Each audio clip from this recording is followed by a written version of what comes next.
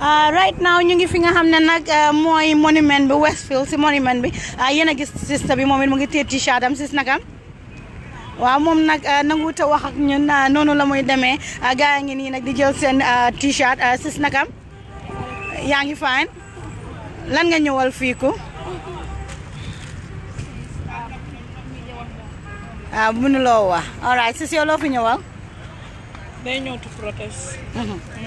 Protest jeex na yéen a gis gaa yaa ngi nii di indi seen t-shirt si nit yaa ngi ñëw dafa mel ni kii mooy Saybo moom mu ngi téye mbuusi t-shirt si su ko defee ñi nga xam ne nag ñoom ñoo ñëw ku protest ñoom ñëpp mun a am li nga xam ne nag mooy seeni t-shirt boys yaa ngi nii di ñëw bro yi bro nakam noo tudda man Bure. Bure naka nga def maa ngi fay.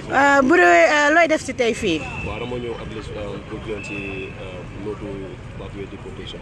ok lu tax ñu ne no to backway deportation. dama just feel like ne comme nu moo demee nii booy dañ sonal trop si yoon bi fu ñu jaar dafa midi trop war nañoo mën a toog at least seet naka la ñu mën a dimbalee gars yi seet resolution pour lii nii ko nu moo demee nii dëgg it's not lépp di dem nu mu war a demee daal. foog nga ne boy si nga xam ne ñoo nekk si backway bi foog nga ne ñoom am nañ njëriñ fii si Gambia. of course yes am nañ njëriñ bu baax a baax because most of them ñu fi nekkoon ñu bëri nekkoon di jàmm si dara waaye at least su dee mën nañu jógee fii dem fële ne di liggéey di wax so dimbale ñu fi nekk backway and I guess ne at least ñu ngi contribute si développement yi dëkk bi so one way or the other gars yi ngay joxe seen wàll si dëkk bi. fan yii rek 50% sax waaye at least ñu ngay joxe seen wàll si dëkk bi bu baax. fan yii rek si gannaaw gis nañ ne indi neen yéen a bro waaye bro yi bu ñu ñëwee si airport bi nun leen traité ñu bëree bëri ñu ngi wax ne it's not human maanaam naay sut loolu doo ko traité nit noo gisee loolu. waaw wel loolu tam war nañ ko seetaat bu baax because xam nga plane dafa doy waar understand nga. because man mënuma understand the fact ne yaa ngi deport nit nga ko dugal sa plane di chain loxoom yi di chain tànkaam yi which is very awkward accident daf dee happen for instance accident su waree happen plane bi war a daanu naka nga try pour escape comme yooyu yëpp dañ ko war a seet although understand nañ safety plane bi waaye tamit safety tam deportees yi which is to be considered so dañu war a bàyyil suñu boppa si loolu noonu xam nga moom deportation moom dafa normal daf dee happen fu nekk si àdduna si waaye suñ ko def sax nañ ko def ne maana boo xam ne képp kuñ deport nga accès sa dëkk at least doo ruus di wàcc si airport bi ñu ngi la chain ak yu demee noonu dafa ñaaw trop. nguuri Gambia depuis bi nga xam ne deportation bi am na sign loolu rek la ñoo nekk di dégg ñeneen yi ñu ne Ousseynou Dabo sign ñeneen yi ñu ne May Faté sign ñeneen yi ñu ne nguuri Gambia kenn jógut si gars yi génn si wax ne ñoom sign waaye fan yi rek bi nga xamee ne takarnaas na May Faté jóg na def vidéo wax waaye media bi ku ko si toppa ñun suñu maasi call neen ko try neen ko ku waxtaan ak moom nangunta wax government spokesperson bi ki nga xam ne mooy Ibrahima Sankare try neen ko waxtaan ak moom nanguwut a wax waaye démb gis nañ ko mu dem beneen media house def fa li nga xam ne mooy plateforme noo gisee government bi seen reaction towards this backway. Well, man concerning ku sign ak ku signut man I have no clue about it man I'm a keen follower of issue bi nii waaye yàlla xam na ne benn tey mënuma xam kan moo sign lii nii wala ndax nekk na loo xam ne dañ ko sign or not waaye man dama feel ne at least one way or the other su fekkee ne government bi signuñ ko sax waaye at least war nañoo mën a put a light to darkness boo xam ne Gambians yi ñu ngi sikk pour xam fan la lii jógee wala naka la demee ndax lii am na luñ seen la ndax nekkul luñ seen so man dama believe ne su fekkee ne sànni nañ karta ñu teg leen foofu noonu su waa dëkk bi toogee di wax loo xam ne mu ngi xew si dëkk bi ñu ngi see grombul naawen den at least government bi war nañoo mën a génn ñu ñëw wax ak seen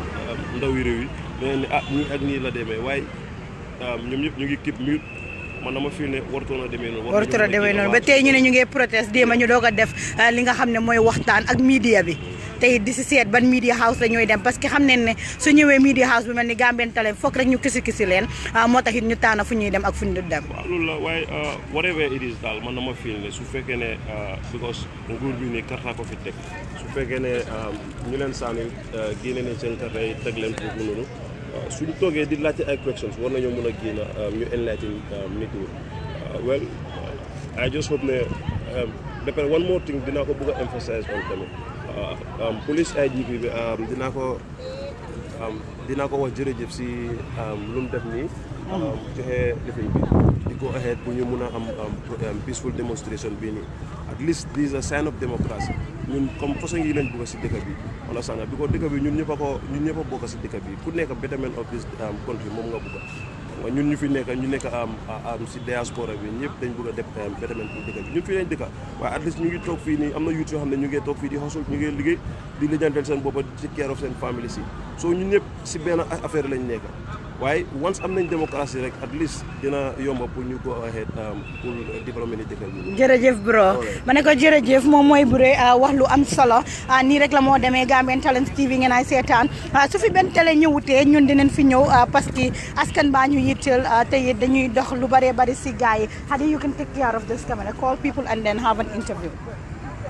Yes kon nag mbokk yi nii la moo demee yéen a ko gis ñu ne stop the deportation broda si ñoom loolu leen wax stop the deportation bro ñëwal nii rek ngeen taxaw nii su ko defee ñun ñu mun a wax ñun journaliste yi nag fu mu nekk nii liggéey rek la ñuy def tey duñ def dara lu dul def li nga xam ne nag mooy liggéey bi nu mu waree ak naka la ak nan la bu boobaa nag bro yéen a ko gis yéen ñi nga xam ne yéen ay seetaan place baa ngi nii fees del nit yaa ngi bari jigéen yi ñëw neen góor yi ñëw neen youth si ñëw neen Gambian Talents ngeen ay seetaan wax naa leen ko lu leen kenn inilut ñun ñoo leen ko inil Gambian Talents TV ngeen ay seetaan ñun ñoo fi nekk ku askan bi ñoo fi nekk nag ku youth si li nga xam ne mooy demal askan bi mu dem si kanam loolu rek la ñuy def bro nakam noo tudd My name is Abubakar Bojang.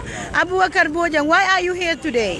No, this deportation, I'm very sad for it because my brothers, they travel there to find the green pastures. So when they deport them to come back to Gambia, that's not a good sign to them because they take a lot of struggles to take this back way. So when you reach there after they return you here to come back and start a life again, that's not nice because they went there to look at the green pastures. Wow, dégg nga soose. Yeah. Waxal ak suñu mbokki Mandinkay. Okay, kontaan na bakit puro kana ka kafu mol kanja. Mini alam puro kana nuto deportation na. Because niya yung deportation mo nila nak kamol yata ko tamad la yung ruminan nak. Ni ku yalon nak. Ay hindi ni ku yalon nak. Ay ni ko ku yalon nak. So wala nang fanaka ko yusul ka. Puro nga nga demonstration ka kunin na nak. noo gisee ñi nga xam ne ñooy leen deport jamono ji foog nga ne life mu ngi dem right with them ndax foog nga ne life nekku di dem bu baax ak gaay you can speak in Mandinka yeah ma ne ñi nga xam ne indi nañ leen biir Gambia jamono ji foog nga ne life mu ngi baax si gaay ndax life baaxut ñu ngi am stress o amun stress no it's not good for them because awera stress o ñu la faale na because ne a jibe na yeta ko Europ ye deport na ye murun nan kana Gambia jan nak aba stress o ni ko la faale nak so ne a ko ñu jibe nak stress o ni wartale nak because hani mol fon mol yéen a ngi gis kilen na le beneen broda la ki moom dafa man dafa stress ñëw na nag mu ngi wax ak gars yi kon nag nii la moo demee all the time Gambian Talents ngeen gis sisters yaa ngi nii ñoom it ñu ngi sol li nga xam ne nag mooy seen t-shirt stop the deportation la gars yi wax ba tey li nga xam ne nag mooy nañu bàyyi li nga xam ne mooy indi suñu youth si biir place bi kon nag yéen a ko gis sisters yaa ngi nii ñoom it ñooy share t-shirt bi t-shirt si naka la dee demee sis da ngeen naa jaay ndax naka la déedéet duñ jaay t-shirt moom free la free la xanaa kan moo sponsor t-shirt si can you take care of this t-shirt t-shirt yi suñu boy si nekk outside ñoo génne xaalis ñu teg am na yeneen ñu fi nekk ñu dimbale ñu génne ñu teg léegi ñu print t-shirt yi lu nekk rek ñaata t-shirt ngeen am 200 t-shirt 200 so yu bari demagum na yu bari dem na gis na waaw mbuus baa ngi nii lu si des bariwul nit yaa ngi nii ñeneen yaa ngi si gannaaw ñëpp di mën a am t-shirt ñëpp di mën a am moo tax démba séedoo leen ko jërëjëf ma ne ko jërëjëf waaye loolu wax ko si Mandinka su ko defee suñu mbokki Mandinka yi dégg la olan t-shirt o plenty ya naatinan prilo tamala la kodol la nyokan ya jeli kame flat t-shirt e wole naatinan but t-shirt te mo sila wana ka bin kunu imadi mola bini minata yalla bitama jola seti sato dil katu mera nyantolo ni man ko la bele basitola par ko Kenya waaw yéen ko dégg mi ne ñi nga xam ne nag ñooy broda si nekk foofu noonu sa Germany sa Italie ñoom ñoo sponsor li nga xam ne nag mooy t-shirt yooyu noonu waaw ñu ngi ko gis gaa yaa ngi nii nag di bina kat yaa ngi bina kon nag xaw ma lan la gaa yi di bina ñu ma laajte leen bro nakam yow yaa tudd naka Ibrahim naka Ibrahim Kamara Ibrahim looy bina nii Make it nice. I'm writing a renegotiate. Renegotiate. Yeah. So maanaam da ngeen bëgg a nguur bi ñu renegotiate li nga Yeah, about the institution that is, the things that is going on, the deportation of our youth. Really, you know, Gambians, we are not happy about that. Currently, the citizens that are in the country, most of them are unemployed. So they cannot provide employment for those people. How can they bring our brothers from Europe or other countries and bring them here? So that is heart-soaking. And another thing is there, you know, I think the governments, what they are doing, they want to evict themselves. Because, you know, the money that the Europeans are going to give them to employ our boys through the projects that they are going to make in our country, is for them to make money for themselves first before making money for our youth. That money cannot make them to make anything possible for themselves. So for them being in Europe, it's better. It's better for them than bringing them here. Like what Maninga said, Jurmala Sabika, just like that, you know. We are suffering here and we want to bring our brother back to us here. Yéen ko dégg dafa mel ni ñii nag den organize. No, agreement no moment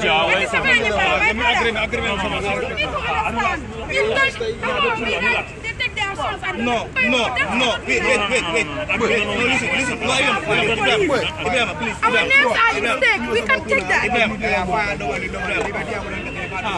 Yéen ko gis dafa mel ni ñii they are very organized ñu ngi wax ne li nga xam ne mooy woot si ñoo bina si li nga xam ne mooy 24 si nen bi na li nga xam ne lu yaru ak teggin leen si bëgga bëgguñ si woot si nga xam ne nekkul bu woot si yar ak teggin kon loolu am na solo bu baax a baax ma ne ko kon loolu am na solo bu baax a baax mbokk yi yéen a ko gis kon nag loolu nekk na loo xam ne dañ si war a bàyyi xel mi ne agreement la ak police yi kon nag war nañ ñoo xool woot si nga xam ne nag moom la gaay di use kon nag Let's just copy these words. Just these words. We don't want any foul word here. This is a peaceful demonstration. all right yéen a ko dégg sister bi wax na lu am solo mi ne buñ use any foul words sis na nga def yow noo tudda ok nañ des kaay Binta dañoo lii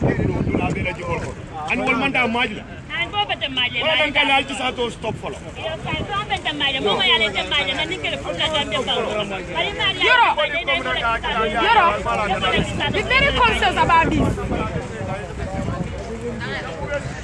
waaw kon nag loolu dina am solo Binta nga tudd right waaw si kanam tuuti xam naa ne télé bi gars yi dinañ la bëgg a organise dinañ la bëgg a interview as well su ko defee gars yi dinañ am waxtaan ak yow waaye Binta mun nga taxaw nii rek jege ma tuuti Binta noo tudda noo tudda Binta Sanya all right Binta how are you Okay. what are you doing here today We are demonstrating against the deportation. okay Our government to take stand against the deportation. is the government not taking stance We don't know because the government is not coming out to the public to tell us what the steps they are taking against the deportation since it starts. but We are concerned Gambians who are very concerned about the security of our country. So bringing these people back from Europe and the people who have gone through the sea through difficulties and bringing them back to Gambia without plans for them. We don't know what this government is ready to do for them. That is not safe for our security. Do you think that this gentlemen that they brought back to the Gambia, do you think the way they were brought at the airport was nice? It was not nice because I was not present. But according to news that I hear, they were caned. So, and that is against human rights. Our people should not be chained. They should be brought civilizedly. Even when deportation cannot be stopped, they should be brought civilizedly. Yeah. All right. Recently, we have engaged the government all this while, myself, Gambian Talents TV. We have engaged the government. We have talked to the government spokesperson. We have engaged, the immigration PRO. We have engaged all the stakeholders that have to do with this deportation. But no one can give us an answer. Do you think that was right? that was not right. That is why we, the concerned Gambia, raised up and said we are going to fight and ask questions that government need to answer. Because since it started, we have not been hearing anything from the government. All right. Yesterday, the government spokesperson was in another television saying that, the Gambia media want to just, change the thing by, tracing it out. Manam di ko tawi te it feka lolu nekut lo xamne lu nice la. Do you think that was a nice word from the government? I think the media are doing their work. The government spokesperson shouldn't have said that. Yeah, the government spokesperson is there for the citizens, not for himself, but for the citizens. So he should respect the concern of the citizens. And Gambia media being out to publish these things is a concern to them. So we see that as a wrong idea from the spokesperson. All right, what final message do you have for Gambians that are in the diaspora and right now they lose hope in the Gambia? I'm just there to tell the deportees to calm down. Let them calm down and be patient. We are doing our best to see what the government can do for them. And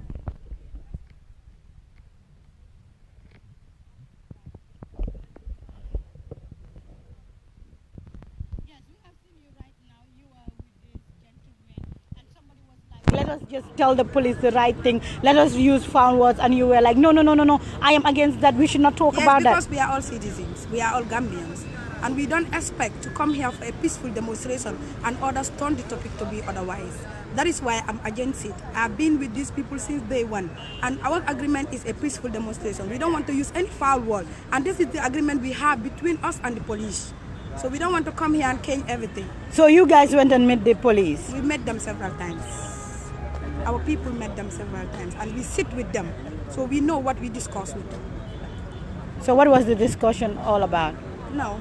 Discussion all about is that we want a peaceful demonstration. I can say it in the I can summarize it as one. So here, are we seeing any police security and the like? They may be in the mix because sometimes their intelligent officials can be in the mix. So one needs to be in a peaceful way. We don't want any problem. And we are begging everybody that we don't want any problem. Thank you, Binta. Thank you. Jërëjëf noonu rek la moo demee all the time bu boobaa nag yéen ñi nga xam ne yéen a li nekk di seetaan mun ngeen a seetaan Gambian Talents TV su ko defee rek ngeen mun a am lu mel nii nguy ma bàyyi la rek nga waxtaan ak bro.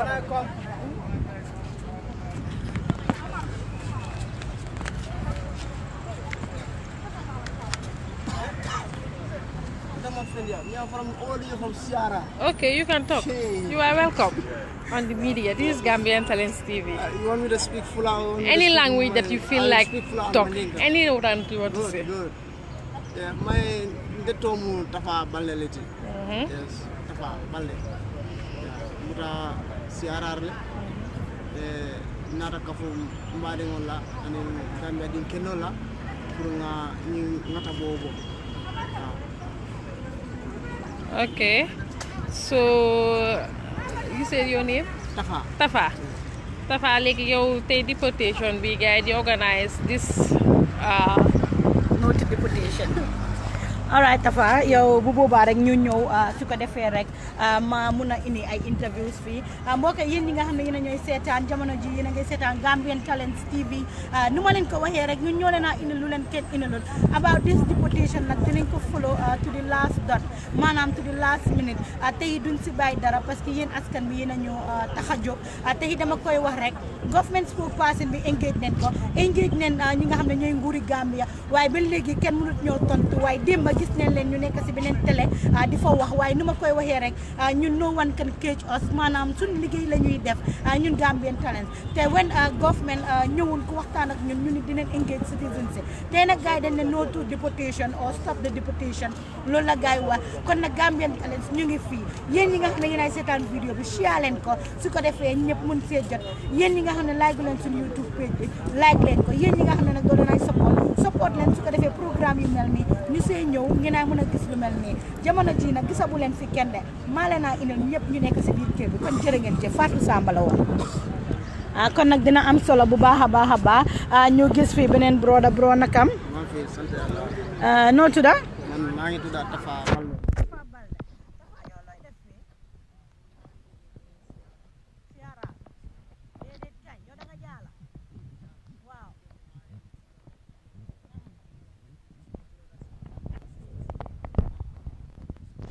ne si lii leen nekk si jafe-jafe li mu nekk nii. waaw. all right so yan jafe-jafe nga foog ne brothers yi ñu ngi koo am. well suma olof bi soriwul noonu xaaral ma la ko man. waaw mandinka su ma la laakee olof rek mun ngaa tontu si mandinka loolu du ñu yàq dara. komi kole aku nga min soto komi na koto mal ndokol. koto mal ndokol mi yalon ko ibe tubabu do. ibe murundi kanne ko murundi kamma mon dalilji. so ñing government Mansakunda ko tellement fait signé ni wo Mansakunda pour wol ye murundina woto abe kala kawe ko balati so ñanta fintila ya fu mole ko min dalil ya kin ni be mur kanna ado nañi fodin kele be mur kan watu min wel ko ya ku bal sota because e dol small city le e dol bulol city le ni mi yalon ko ni nata jangi bu ko tare fambul fo malam fu tuba wole mindi minela man fo e mindi minela because ni dol tara bu ko tare e sawbulu be suwol kono mbalin faal be kumbola so wosiya wala tinante fana batata le ka finti ka Mansakunda ko ñinon della kole akuti ñinon della kole akuti mi yalon ko fondinke ol Gambia pour si wuli ngako woni jibe abe kelal la ñaadi le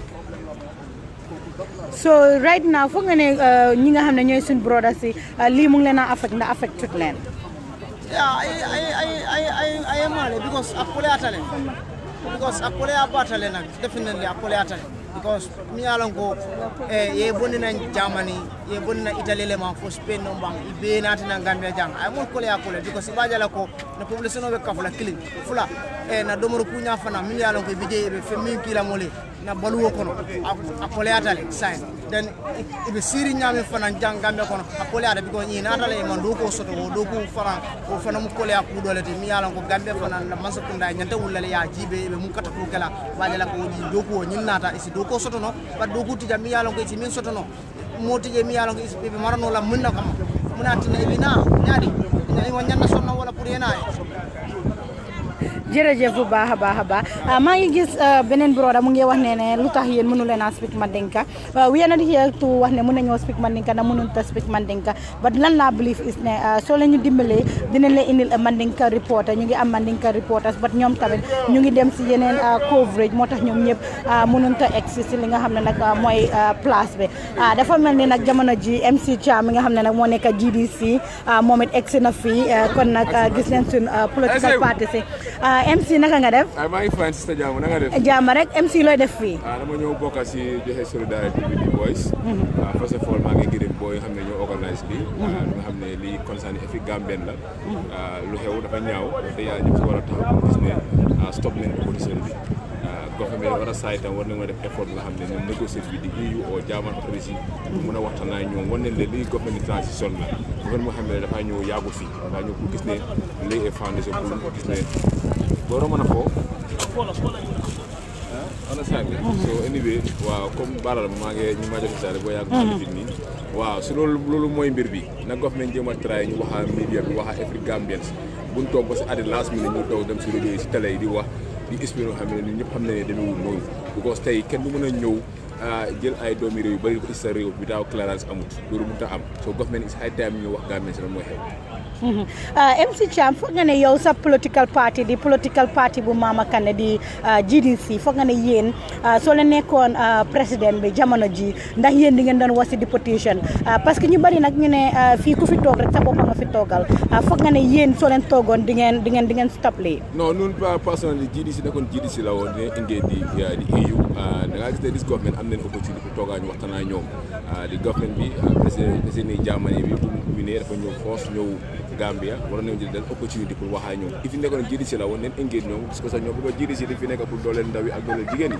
so loolu moom nekkul nga xam ne dañoo ñëw pour toog rek pour loolu nangu loolu MC Cham foog nga ne brothers yi nga xam ne ñoom la ñoo deport fii ñun leen tegee si airport bi yóbbu leen si place boo xam ne decent place boo xam ne yow mi nga xam ne yow soo jógee Europ ñëw fun laay indi daf di rafet waaye fële ne la fu ñu yóbbu brothers dafa mel ni ala la foog nga ne loolu was right it was not right loolu dafa ñaaw because du na mën a disrespect si seen dëkk ñoom ñu sa dëkk tam disrespect ak the same thing maa ngi doon wax ne government war na mën a ñëw war nga am government officers yi ñëw fa welcome boy yóbbu leen si hôtel toogaa ñoom dalaa ñoom waxtaanaa ñoom comfort leen loolu mu gënoon a am solo dañ ñëw la jël saali leen si airport bi ari bi déelu gën a ñaaw jox leen ticket $200 pour pass am loolu dafa daw yaram loolu another stress la woon government waroon na mën a di hotel nga xam ne comfort area toogaa booy 1 month waxtaan naa xale yi am nga from there ñu am ay paquet yoo xam ne dañ ko gis ne jox nañ ko gars yi ñu am si lu nekk loolu gënoon waaw MC foog nga ne tey li nga xam ne moom la gars yi di def di demonstration bi foog nga ne dina amal impact si li nga xam ne mooy stop the deportation. Of course dina am impact because da nga gis ne di media bank fii dina spread dina dem worldwide tubaab bi nañ gis lu xew tey loolu at bi dina is impact even government right now nga xam ne ndaw yi génn neen wane seen naxane bokku d'accord si dafa après media kenn waru ko underrate dina am impact.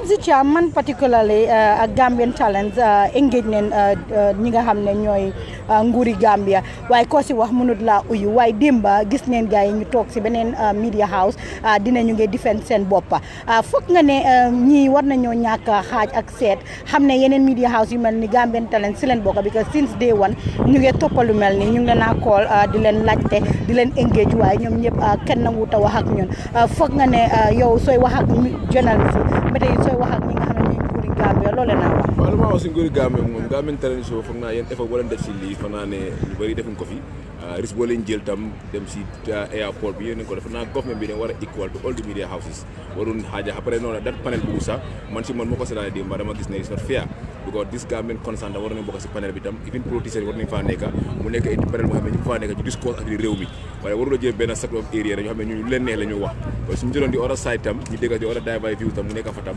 loolu moo amoon solo waaye bu daw dat tam QT bi topp du foofu pare dañoo amoon neen Gambian dañ am opportunity right now we have the spokesperson of the government we have the head of the media we have minister of information jël na how many months ba tey mënul wax ba gis ne boo yaa ngi am demonstration by today ñu doon dem QT bi di use loolu foog naa dem war a equal to everyone boo xam ne government war a am communication muy problème nguur bi dañ dee daw information dañ ko daw soo leen walaaji information dañ ko nangu wax ku nekk mu ngi daw bañ a jël blame so loolu rek high time bi loolu dañ ko war a sol MC Cham soo doon wax ak brothers yi nga xam ne ñoom ñoo ñëw jamono ji loole naa wax waaw lu ma wax gars yi rek mooy ñu jëma leen dal ñu jëma xam ne witaaw firi ak fii yëpp doomu firi moom fi ñefi gars yi coono bu gaa jël am na jaay seen kër yi dem foofu seen waajur yi ci coono bu gaa jël dafa métti mais su ñëwee Gambie tam nañ dal nañ gis ne tam ne ba tey live mun naa continuer tam waaw jërëjëf MC Cham lii rek la leen Gambian Talents mënal beautiful viewers if you're watching this is the Gambian Talents TV we are live and direct here at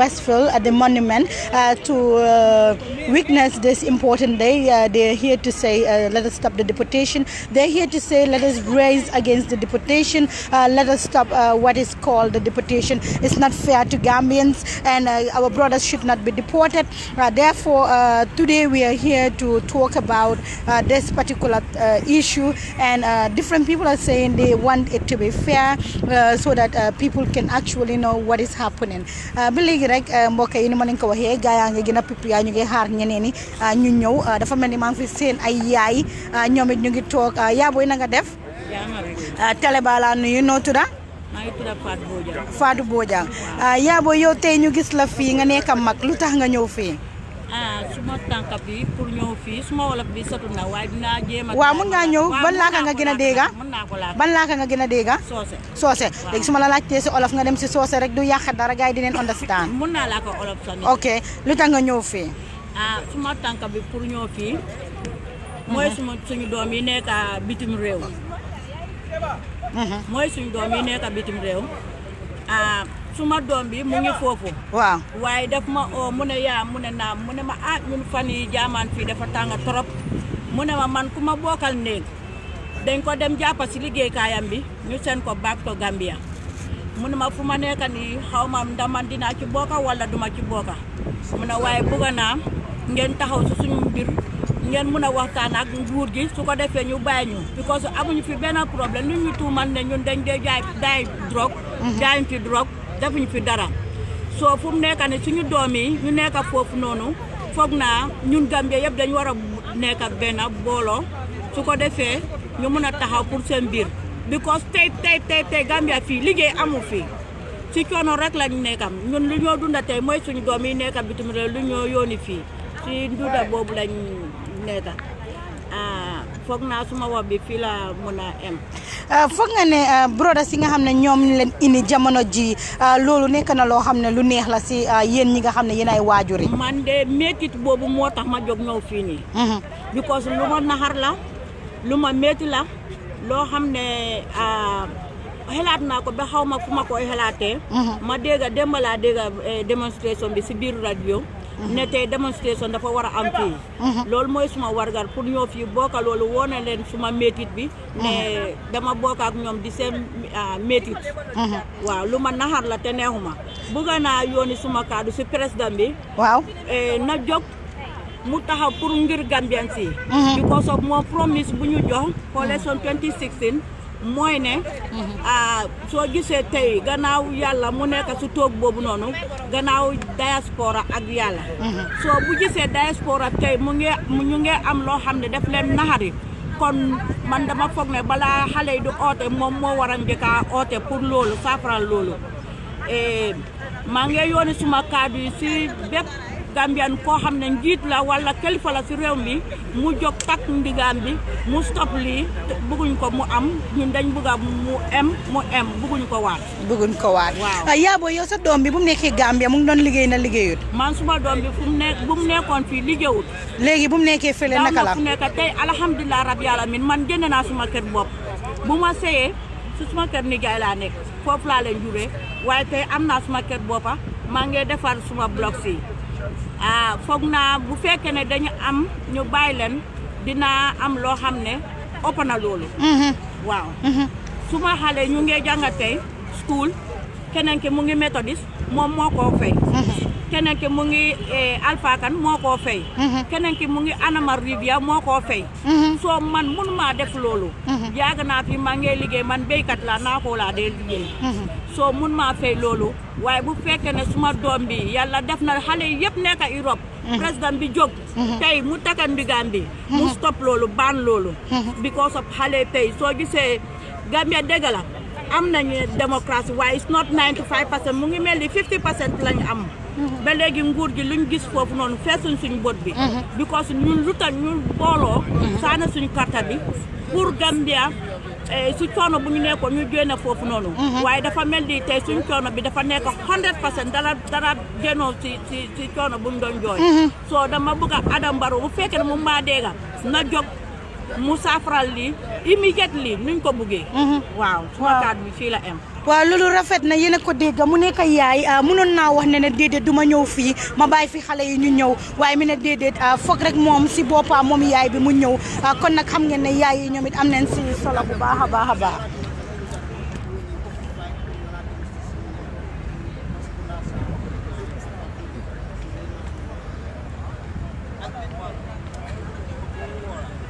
waaw Hadi jamono ji ñu ngi la gis yow it yaa ngi nekk fii yaa ngi liggéey bu rafet dafa mel ni Gambian Talents dañ ñëw ak ñaari caméra ñëw neen ak caméra bu mag ku yéen ñi nga xam ne yéen a nekk si YouTube bi gars yi mun ñoo dégg Hadi xam naa ne dinaa la oyal maire ñoom tam ñu ñëw ba tey nga dem approach leen ñu ñëw nga mun leen a interview Hadi sa liggéey rafet na. jërëjëf Fatou Samba loolu du ñu boole incha allahu rabbi li ñu jógloo rek lu ñu saxal li mooy askan bi bu soobee yàlla dinañ ko def ba mu jeex tak. Hadi maa ngi gis tamit ñeneen ñu ngi comment di wax ne you should speak English you should not speak this language yéen tamit ñi nga xam ne yéen a ñooy déglu I think you should appreciate jamono ji ñun suñ fi nekkutoon tey doo leen gis luy xew fii waaye ñu ngi fi ñëw foog naa ne war ngeen a appreciate war ngeen ñoo support dem si suñ page bi ngeen yónnee ñu buy benn $5 la o benn €100 o benn €10 o benn €5 dina gën a rafetal Hadi. Fatou Samba loolu dinaa si kontaan trop pour wax si nit ñaa ngi wax ne dañ war a laaka bi laaka bale ak nuñ koy waxee rek suñ ñu supporté ñu isil leen yëpp pour Gambian Talents wax nañ leen yéen nañu tax a jóg yéen nañu fi soxal lu leen neex la ñuy def mais soo leen ñu dimbale woon tey ñu isil leen ñëpp wax nañ leen suñ kër bi am nañ fa soose am nañ fa xeet yi yëpp dégg nañ laaka yëpp waaye soo leen ñu dimbalee rek ni kon ñu isil leen yëpp waaye fu mu nekk ne mënuñoo ñëw ak ñoom ñëpp ndax nu mu demee rek affaire si dimbal bi nekk ko boo leen ñu dimbale woon ndax mu gënoon neex kon mun ngeen ñoo call si 7833524 mun ngaa dem oo sa maire ñoom ñu ñëw fekk si la su ko defee nga mun a def ak gars yi ay interview nii rek la moo demee Gambia yéen a ko gis nu ma leen ko waxee yaay yi ñëw neen su ko defee gars yi dineen mun a dem waxtaan ak yéen maire na nga def noo tudda Fatou Diabang lu tax nga nekk fi tey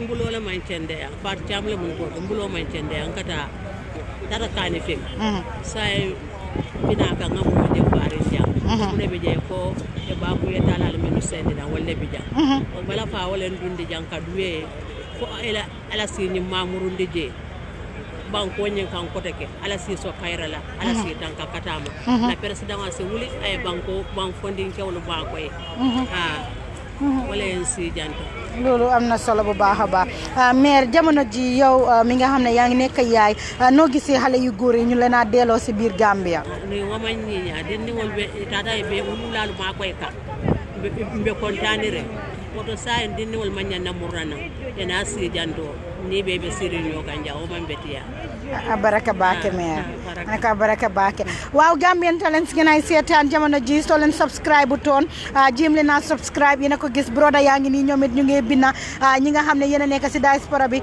sori ngeen waaye seen ay brothers ñu ngi fi bugun ngeen mer bugan neen yéen seen coono yi mu génn wax naa leen ko engage naa ki nga xam ne mooy government spokesperson bi dem naa immigration wax ak gars yi ñoom nanguñ nañoo wax ak ñun waaye ki nga xam ne mooy government spokesperson bi nangu ta wax ak ñun ba tey nguuri Gambia waaye dinañ génn si rek def fi amu balance waxtaan ak ñi nga xam ne nag ñoo fi nekk ñu gis fi beneen soxna yaa booy na nga def noo tudda naka nga tudda Rugiyatu Ba loo def si fii dama dégg naan mbiri deportation bi waaw xale yi ñu delloo si moo tax nag ma ne xaaral man tam ma ñëw ma bokk si parce que doom yi suñ doom la ñoom ñëpp ñi ñu delloo si ak ñi fa nekk yëpp suñ doom la man si suma bopp suma doom a ngi fa ak waaye niñ nekk di leen delloo si pour ñu ñëw ñu wax ak nguur gi suñ ñoo dégg ñu jóg si ñu wax si parce que lii du rafet lii rafetul baaxul yaa ngi gis xale yi nuñ leen a nekk di delloo si jaarut yoon tey jaarut yoon ëllëg dañu war a jóg ñu dimbale si suñ xale yi suñ xale yi jom a tax ñu dem tukki pour dimbale si seen réew ak seen waajur yi ak seen boppa waaye su fekkee ne jóg nañ fii dem si yoon buñ jaar te yoon buñ jaar dafa metti torop ku nekk xam na xale fuñ jaar yaa ngi war a yee ñëw ñu tey di leen delloo si anam buñ nekk di leen delloo si rafetut te fu mu nekk ni suñ xale yi fa nekk képp ku fi xalem nekkatee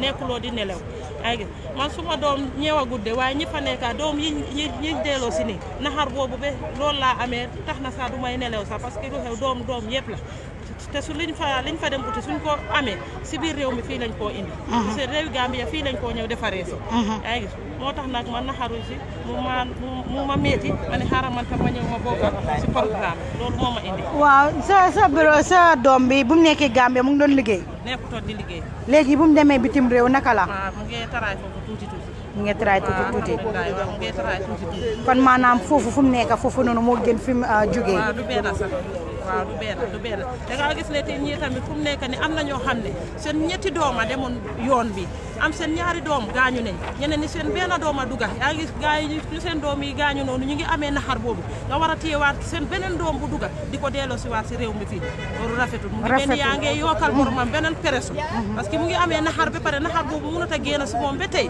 yaa ngi nga delluwaat tamit keneen ki fa nekk koo xam ne ni kooku sax moo ko nekk di lifin xolam bi tuuti pour xolam bi seeda nga delloo si waat kooku tam pour fekk ko fi loolu mooy rey ni yow foog nga ne ñi nga xam ne ñooy nguuri Gambia waroon nañoo dalal li nga xam ne mooy parents yi maanaam seeni président yi maanaam dalal leen ñëw wax leen ne yéen daal gis neen seen métitaay waaye muñ leen ma sa coono waaw loolu lu waroon la waaye defuñ ko fu mu nekk ni ñun lu ñoo gis rek mooy ne xale yi ñu ngi leen a delloo si te duñ leen a delloo si sax dafa métti nuñ leen a delloo si dafa métti wax dëgg neex yàlla waaye nguur gi daal defuñ loolu ñun gisuñ loolu te nguur gi waxuñ si dara ñu ngi noppi rek waaw ñu ngi noppi rek looy wax président Adama Barrow mi nga xam ne mooy ndey mbila bi président Adama Barrow de li ma koo wax mu jóg mu xam ne Gambiyaam la parce que moom la yàlla dénk nguur gi mu toppatoo ñu xale yi téye wax si mbiri xale yi ndax xale yi suñu amee si biir réew mi fii lañ koo indi waaw na jóg mu wax mu yërëm xale yi waaw mu yërëm waajur yi loolu la am lu ma ko waaw loolu am na solo bu baax a baax yéen a ko gis doomam bi bu mu nekkoon biir Gambia maanaam amut li nga xam ne mooy liggéey. Hi, how are you? I'm good. How is everything? Oh, good.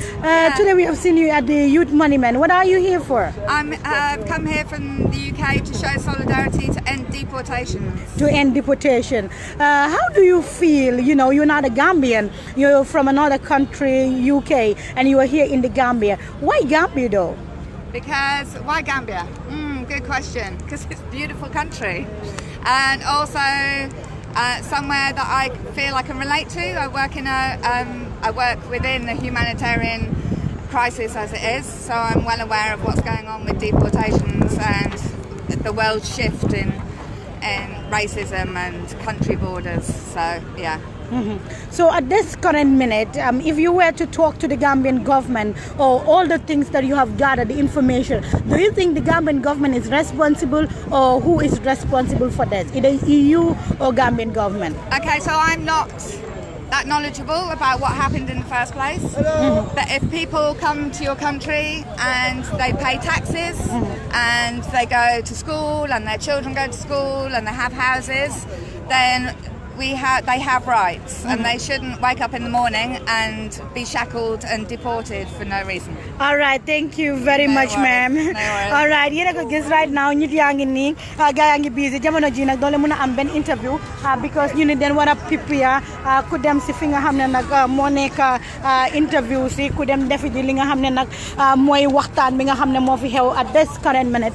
Yéen a ko gis brother say boo ngi noonu moom it si kaw di try ko mobilize ñi nga xam ne nag ñoom ñoo fi nekk at this current minute. Gis ngeen ko youth si ñoom ñëpp taxaw neen maanaam ñu ngi fi ñoom it gis ngeen ko jamono ji youth yaa ngi fi bari maire yaa ngi fi yaay yaa ngi fi political parties yi ñoom it gis neen leen gis neen every genuine Gambian bi nga xam ne nag maanaam soppana li nga xam ne nag mooy ku ñu stop deportation bi ne métti na ñoom it ñu ngi nii yéen ñi nga xam ne yéen a koy seetaan share leen vidéo bi su ko defee ñi ti gis ko ñi ti génn si neen broda si ñëw neen sister si tamit ñëw neen right now coordinator si tamit ñu ngi coordinate li nga xam ne nag mooy programme bi gaa ngi coordinate ñoomi neen su ko defee ñu ñëw joxe li nga xam ne mooy seen speech bi kon nag yéen a ko gis gaa ngi nii amee seen banner si kii nag mu ne EU and US don't deport our people with handcuff or kon nag yéen a ko gis loolu nag dina am solo bu baax a baax a baax fu ma taxaw nag xam naa ne baaxut moo tax it rek foog ma def nanka yéen a ko gis bro yow loo amee nii nu mu tudda give the deportation a package waaye $200 bi maanaam doyu dara 200 bi dafa tuuti kon nag yéen a ko gis suñ beneen broda mu ngi noonu moom it bii mooy lan nag If the government is not responsible, why are they accepting people coming back? Kon nag loolu am na solo bu baax a baax boobu question yi boppam la mi ne lu tax nguuri Gambia di indi li nga xam ne nag mooy seen broda si su nekk ñoom responsible lu tax ñu war leen a indi fi nga xam ne nag mooy Gambia kon nag kan moo responsible question yi boppam la ku nekk mu ngi laajte naka la ak nan la mbokk yi yéen a ma ko gën a mun a wax kon nag ñu xool li nga xam ne nag moo fi xew su ko defee rek ñu bàyyi suñu broda moom it mu wax ak suñu mbokki manding tey right now lan moo fi xew bro yes aba wala ñama mbe konton na ni atol mol min yalon kal be Gambian talent ni jibe kam felentale jang youth monument tong kana mabe fundinkel min yalon ko wolle fintita ka lo kay tandiro ke ko e mal lafi ni mass deportation no mimbe caring kana fundinkel murundi nang min be Europ ko nabe laare ngo ñama fundinkel felentingi findita nang ni la vanguard sol dol bi jele ya safele ko ali wuli ali lo ka balang ñin deportation no mi yalon ka be caring dol la vanguard to min be saferi nge wala ñin ko be ñin karo kala jimale marata wante jimañol le be ñin deportation no ñin koma dol fanang ye itandro ke komi EU and US don't deport al kanan na mol murundi nang wote be felenting ye la vanguard dol ñin wulindi ke la solidarity ñin yitandi ko itol fanan be ñin fundinkel fele bo ni ajibe Gambia be itandiro kala ko 60% of the population o be mu fundinkel lati ko na be laari wonyama migration o nak human right kolem ela nyantolem pour kata banko ni atata ko ye permit woto fana na be laari wonyama ke murundi nan ani wo ko la min yalon ko be kere min loi manta wolem fango mu ko doti mi yati na fango fundinke jamal ya je ko ale nga finti bang ka nyinin karo ke ka masakunda ke komandi ka je ko ya fo Gambia no le munebe caring anin fo nyindung ay agreement on sign in EU woto aji samba mbe wala temboto jang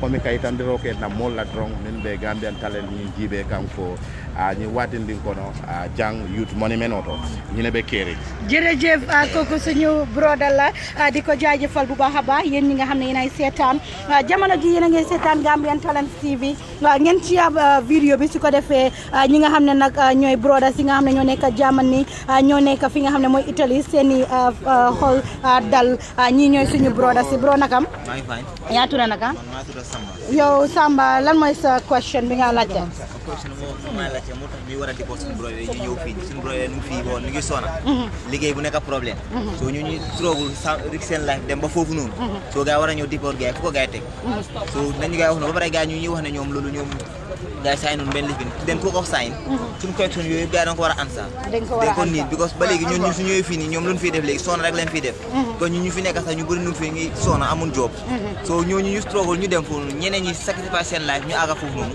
so ñu war a déport gars yi waaye correction la bu nga xam ne dañ nit ansa si yooyu so gars yi nit ansa loolu am na so dañ ko war a ansa fan yi ñu ngi gis ñi nga xam ne ñooy government bi démba buñ ne dañoo def fii li nga xam ne mooy demonstration nguuri Gambia démba la gars yi doog a wax foog nga ne loolu lu right la ndax lu rightut loolu rightut gars yi ñu yaakaar noppi te gars yi waruñ doon noppi dëgg la nga olof doo wax ne gémmiñ du maata loxo bu ko jox mu lekka so EU lu tax ñuy deport suñu people ñoom ñu fi ñu ngi noppi gars yi danga war a wax loolu depuis ñu balaa ñu jóg di war a def dara ñoom ñoo war a ñakaa jël step pour def dara so ñun dañ sonna si yooyu suñu brother yi noonu ñoom dañ yaakaar sonna si before ñuy dem so foog nga ne li nga xam ne mooy démonstration yi tey bi dina am benn impact waaw ñun am nañ yaakaar ne na am impact moo tax moo ñu tax a jóg yaakaar bu ñu si am na am impact moo ñu tax a jóg gars yi dañ si war a dara te gars yi lañ siy def dara waaw loolu moo ñu tax a jóg ñun da nga am any brother boo xam ne dañ koo deport maanaam génn na Gambia waaw relative ñu ko deport mu ñëw fi nii te kooku noonu bu mu nekkoon foofu noonu lu mu doon def bu mu fi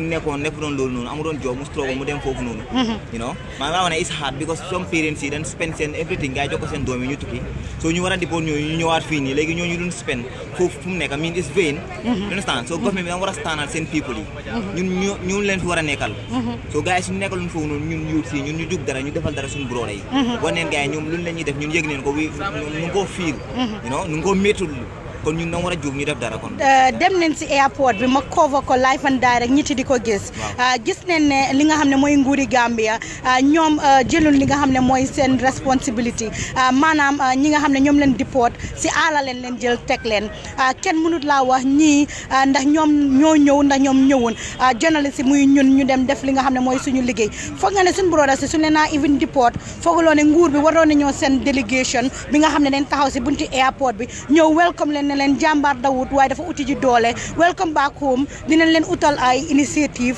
maanaam soo leen ñëwee ngeen mun a liggéey météo ngeen mun a def dara.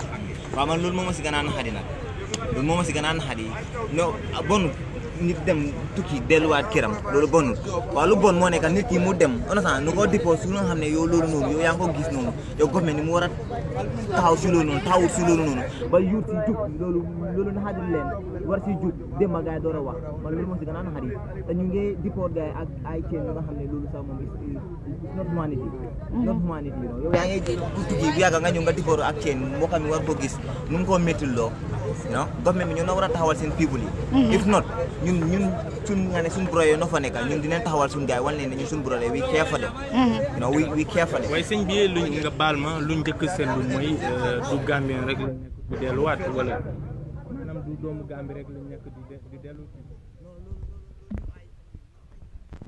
ñun lu ñu métti ñun loolu la ñuy gis yaagul noonu Amérique bu ñu bëggoon a di ko ak Ghanaians yooyu noonu Ghana lu gaay wax gaay dañ taxaw ñu ne how so that they are Ghanaians they say no to that so why not our government they can say no to that too why way sëñ bi ci lëkkaloo ak European Union ak yëpp fii ci Gambia def nañ fi ay projets yu bëri ngir suqali réew mi ak développement ak yow waaw loolu est-ce que yaakaarloo xëy na am fi liggéey te fi doomu réew mi mooy solution bi maanaam mooy pexe bi loolu du solution bi ñoom lu leen tax a jógee fii ñu dem foofu noonu because ñàkk a liggéey la dégguloon foofu si starting bi ma wax leen ko gémmiñ loxo bu ko jox muy lekka du maata loxo boobu noonu soo gisee gars yi jëluñ step si européen yi dan bëgg a ñoom lu ñuy def seen poste lu ñuy dépôt di jox gars yi ñu ñuy dépôt pour gars yi employé ko pour gars yi indi seen boppa sun bro yi sona moo tax gaa jógee fi gaa dem fii ñun tam ñu ko sun broda yi sona moo tax gaa yi jógee fii dem foofu noonu kon nag mbokk yi yéen ñi nga xam ne yéen a ñuy seetaan sister na nga def noo tudda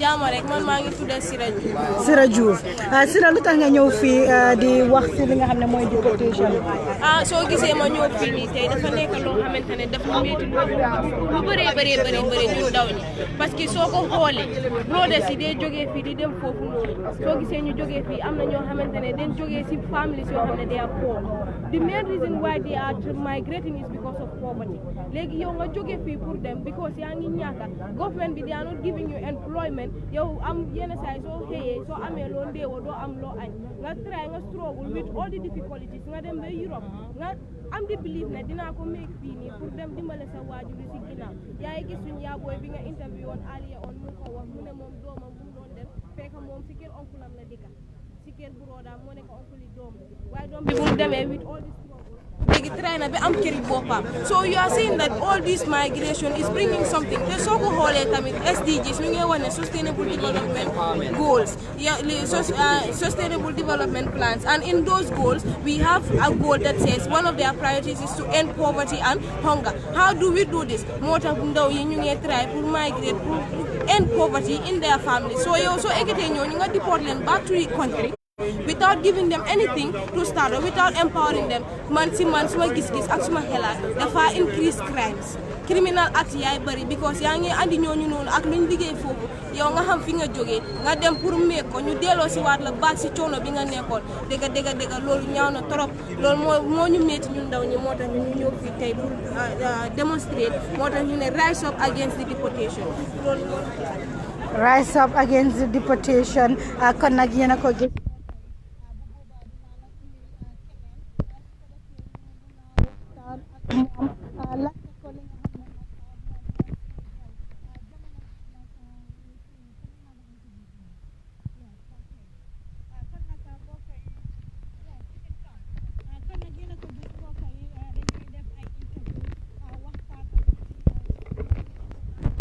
lan moo xew naka la ak nan la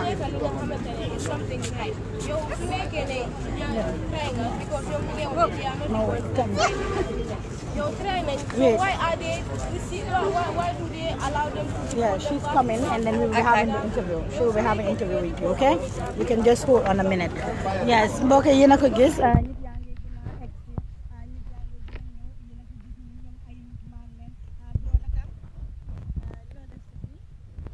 loo def si fii dama ñëw pour deportation bi foog nga ne deportation bi dina am any impact si dëkk bi da nga am sa broda bu ñu deport sa yeneen friends ñu ngi fi so broda si nga xam ne ñu ngi tukki dem si backway bi foog nga ne ñooñu ay jàmbaar leen waaw jàmbaar leen kay waaw parce que soo seetee lii xaalis bu bari gars yi xaalis bari dem day foofu léegi soo gisee loolu gars yi dem ba foofu noonu xam nga ñaata struggle def foofu noonu after at the last day nga deport gars yi Gambia after fii there is no any industry fii amul fii industry yu bari amul fii jërëjëf bro yéen a ko gis kon nag mbokk yi right now ñu ngi fi nga xam ne nag mooy Westfield si monument bi yéen ñi nga xam ne yéen ay seetaan Gambian Talents moo leen ko inel kii mi ne give the deportees their packages kon nag loolu am na solo ñu jox leen package kon nag loolu dina am solo bu baax a baax bu boobaa rek ñu ñëw def waxtaan ak ñi nga xam ne nag ñoom ñoo fi nekk how are you Fine, thank you. Yes. What's your name? My name's Laura. Nuha. Lula. How are you? Fine. From which country? From London, from the UK. UK. Why are you here today? We've come to show solidarity for the young people against the deportation. How do you feel hearing that Gambian youths have been deported back to Gambia? How do I feel? I think it's shocking. Yeah, really disgusting. I'd only just found out about them being handcuffed and shackled. It's appalling. There's no way to treat any human being. Speak a bit louder. Sorry, I was talking to the mic. Yes, yes. So I'm getting you. I said, how do you feel? Oh yeah, do you want me to say it again? I'm just saying how. No, it's shocking to hear that how they've been treated. Very angry. Yes, at the airport, we were there. These people were brought back to this country, been handcuffed, and they didn't give them a special treatment. They didn't give them a treatment that is human. You know, they put them at a place that, you know, when you were back to your country, I think government could have welcomed you, say, come back, welcome back. You know, feel home. You are part of us. But we didn't see any government delegates at the airport. Do you think that was right? No, of course not. They've been treated like criminals, from what I can see. Yeah, outrageous. So what message do you have for the Gambian government? For the Gambian government? Yes. For me, no. Welcome these people. Yeah, welcome them. Hello. Hello. Thank you very much. So yéen a ko gis mbokk yi at this current minute yéen ñi nga xam ne yéen a ñooy seetaan nii rek la moo demee fii si Gambian Talents TV bu boobaa rek ngeen seetaan ñu kon nag yéen a ko gis yéen ñi nga xam ne yéen ay seetaan lii rek ngeen ay amee si Gambian Talents TV wanaa leen doon leen ko amee fen si ñun rek ngeen koo amee bu ko defee rek mu leer mu ngi oote ki nga xam ne mooy say bo mu ngi oo gaay ne ñu gën a jegeñ buñ taxaw benn place su ko defee ñit yi mun na gis li nga xam ne nag moo fi xew jamono ji nag youth si génn neen yéen a ko gis place baa ngi nii youth si ñoom ñëpp génn si neen wane seen bopp góor jigéen mag ndaw gis ngeen ay yaay ñëw gars yi defar li nga xam ne nag mooy seen banners ñeneen ñi sol seen t-shirt ne stop the deportation kon nag the Gambian youths are taking responsibility Gambian youths are showing that you know gars yi ragalatun maanaam dëkk bi suñu dëkk la kenn moomut ko duñ toog ñit ñu wax ne noppil génne neen si jamono yooyu noonu mété yi suñ si nekkoon tamit jamono ji lan mu leen gis moo nekk suñ dëkk bi dem si kanam kon nag nii rek la moo demee all the time kon nag yéen a ko gis at this current minute ñoom it ñu ngi nii éeg leen si kaw di war a ñëw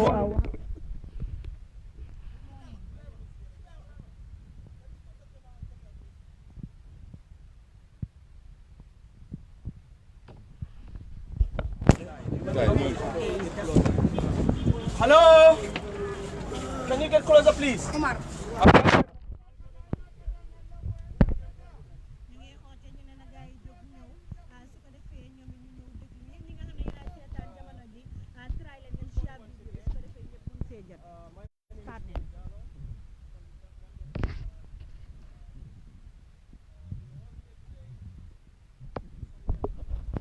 Our deportees, with the way and manner in which they are being deported.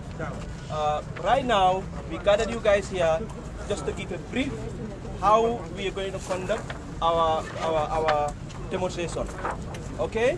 And we have, on my right, I have Omar Saibo, the PRO, and the spokesperson of the movement. He's going to give you an idea how we are going to conduct this demonstration. Thank you very much.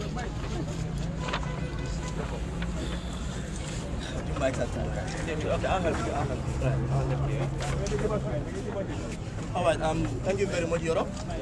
Good morning once again. Good morning to concerned citizens of the Gambia. Good morning to conscious citizens of our land. I am glad to stand here before this auspicious gathering on an occasion of standing in solidarity with our brothers and sisters in the diaspora. One thing we must make clear is we don't hate any government and we are not here against any government. We are here as concerned citizens to stand and send a message on behalf of our brothers and sisters who are in the diaspora and unfortunately could not travel to come and fight their own rights as far as their issues concerning deportation is concerned. This movement came as a result of the announcement of a mass deportation of 2,500 Gambians from German and other parts of the European country. As a concerned citizen, we took this upon us to make sure that we gather ourselves together to engage the government. And then one thing that triggers is not about the deportation. It's about government silence over the deportation. Yes. That's what triggers the movement. We have heard that the German government announced that 2,500 Gambians are going to be deported, and then the deportation starts. The manner in which the deportation was done, we have all been seeing it, but the government have been quiet. The government have been silent. Yes. The government have been ignoring. This is what triggers this gathering here today, and we are going to send a message and a strong message.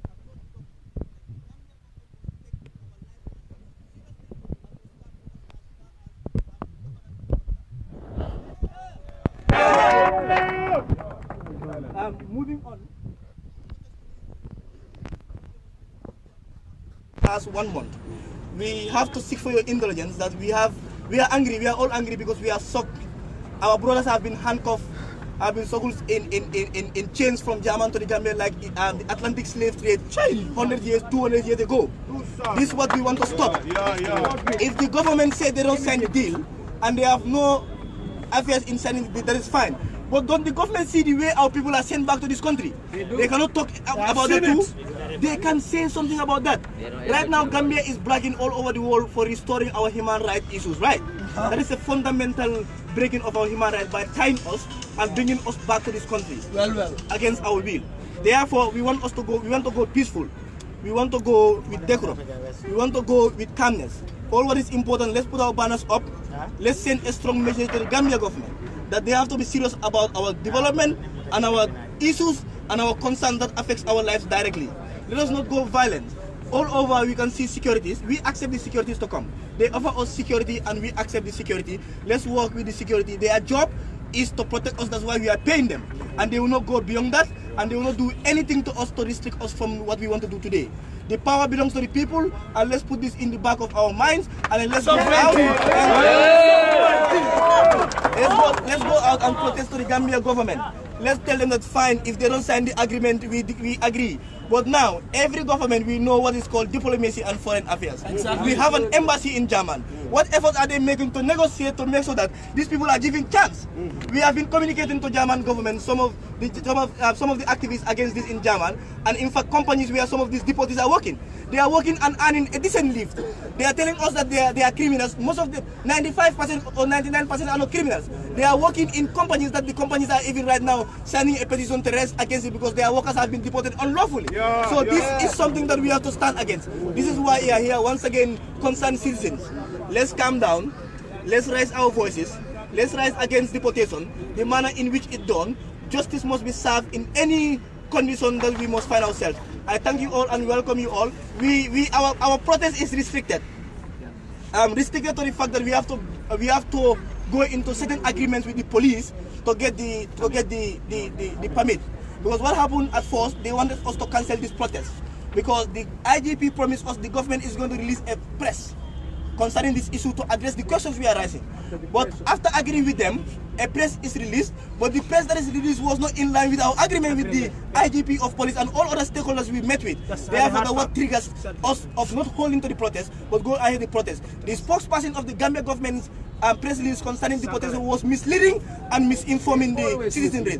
And this has been their habit and attitude towards citizens' concern always. So we are going to mount the streets today. We are going to speak against deportation, the manner in which deportation is done, and demand response, fitting response, effective communication from the government as far as deportation is concerned. So we're going around the church gate because we cannot use we don't want to go into push and pulls with the police. So we're going to use the further road. That's why we're going somewhere beyond the around the church or beyond the church a bit. March with our banners, with our message. We enter here, we will come and then we will give a statement concerning everything surrounding deportation and how it is done, and we will hear from deportees themselves their honest opinion on how they are captured, how they are sent here, and under which conditions they are sent here. And we will open the floor to all concerned citizens to say their views and their thoughts about what the government should do, what is the way forward, because this does not stop here. This is one protest. We will continue until the government step up to make sure our brothers and sisters are safe wherever they are in this world. So this is our message. Sponsor youth. Thank you very much, Omar. That's well said. Thank you very much, Omar. That's well said. Like Omar said, we've been working tirelessly to make sure we got these permits. And yesterday, we made an agreement with the police, and which we don't want to violate, because an agreement is an agreement. They've given us the permit based on that we are going to hold our protest within the monument here. So please, we call ourselves concerned and responsible people. We are all concerned and responsible people. When we go out, please let Nobody use abusive language. Don't destroy no one's property. We are not part of it. We are not part of it, and we will never be part of it. The security personnel are here. Anyone who misbehave, we are not part of you. You will have to deal with them. But anyway, I'm sorry to use that, but I know we are all responsible. Nobody will misbehave. We will all do the things according to how we are supposed to do it. Thank you very much. And again, when we march in here, speeches will be given in various languages. In English, Wolof, Mandinka, Fula, Sarahule, Jola. If anybody is here who can volunteer and give a statement in your various language, you are highly welcome. Okay? Thank you very much. I thank you once again. Sponsor youth!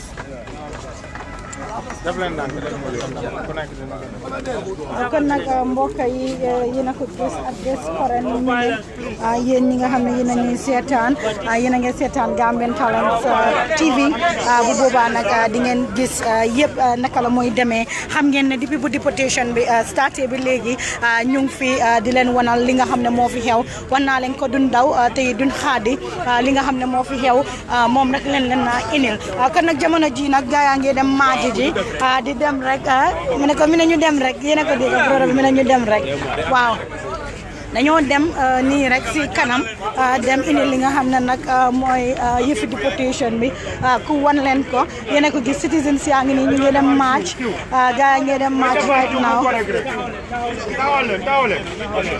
tey nga xam ne nag mooy 7 march bési tey bii nii la gars yi def li nga xam ne nag mooy ñi nga xam ne ñoom leen déporté Amérique ñoom tey la ñoo am 1 year depuis buñ leen déporté kon nag ana nguuri Gambia lan la ñuy wax yéen a ngi seetaan Gambian Talents live wax naa leen ko ñun ñoo leen a indi lu leen kenn indilut jamono ji nag gars yi ngi nii nag di dem march di wane li nga xam ne nag mooy seen métti di wane nag li nga xam ne mooy seen naxar si li nga xam ne nag moo xew si kanam nag ñoom nag ñu ne dañ leen restrict maanaam dañ leen restrict ba nga xam ne nag ñu ne duñ dem defi ji dara lu dul toog benn place yéen a ko gis rise against deportation kon nag loolu métti na lool jamono ji yéen ñi nga xam ne yéen ay seetaan this is what is happening at this current minute gis ngeen nit yaa ngi nii ñoom ñëpp a ngi génn si góor jigéen mag ak ndaw yaay xale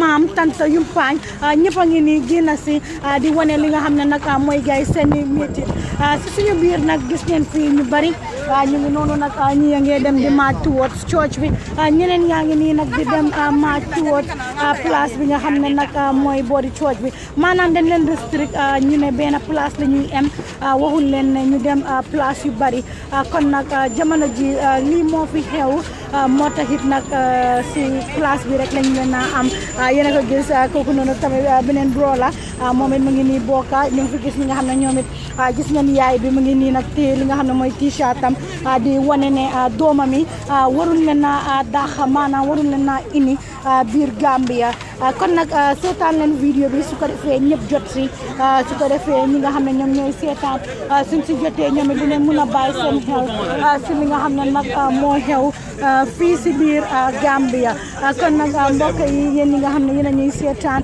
gis ngeen ko si youth monument bi kenn nag desabut fi bu boobaa nag ñu dem fi nga xam ne nag moo nekk si tali bi gaa yaa ngi occupy fi nga xam ne mooy tali Westfield bi tali baa ngi nii nag fees del nit yaa ngi nii egg si ba nga xam ne nag ñu ngi bugg a ñoom ñëpp ñëw wane li nga xam ne mooy seen boppa wan leen nag ne ñoom it den stress maanaam den am mer right now ñoom it stress buñ stress ñoom rek a ko xam tii ko bu baax kon nag yéen a ko gis mbokk yi su ko defee rek dañoo daw dem seeti ci gaa yi yéen it ngeen gis li nga xam ne moom moo fi xew gaa yi dox di march di dem fi nga xam ne nag mooy place boobu noonu nekk Westfield ñu ngi march di wane nag li nga xam ne mooy seen naxar ñu ngi nii yéen a ko gis boys and girls ladies and gentlemen ñëpp a ngi nii parce que dañ leen district benn place la gaa yi war a taxaw moo tax ñu taxaw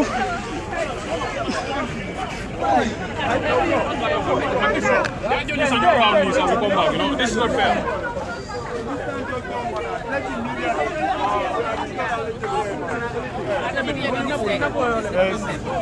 waaye yéen a ngi gis brothers yaa ngi wax ne distance bi dafa tuuti maanaam dañ leen war a gën a yokkal su ko defee gaay ma ne waxal gaay ñun dañoo am fii pour respect loi wounded before wounded mban sarala la jandun kal barama ali sabar ale kuma fo deportation o mialan ka be caring alla loi manta trespass la al konga dami mbadanna wolto but next time if we see a plane in this Gambia deporting people here we burn all the plane and we burn the airport.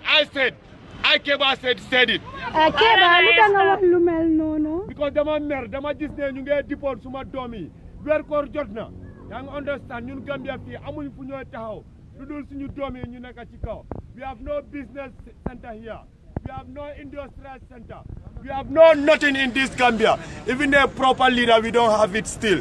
Let's try and watch Gambia alinga nyaayele ala jube funding kelbe batami kono dunia kono politician ol sarajanto batabe lari funding kelka imabo ni funding kelka say la politiko na fale Gambia kono no it's not okay it's okay all of them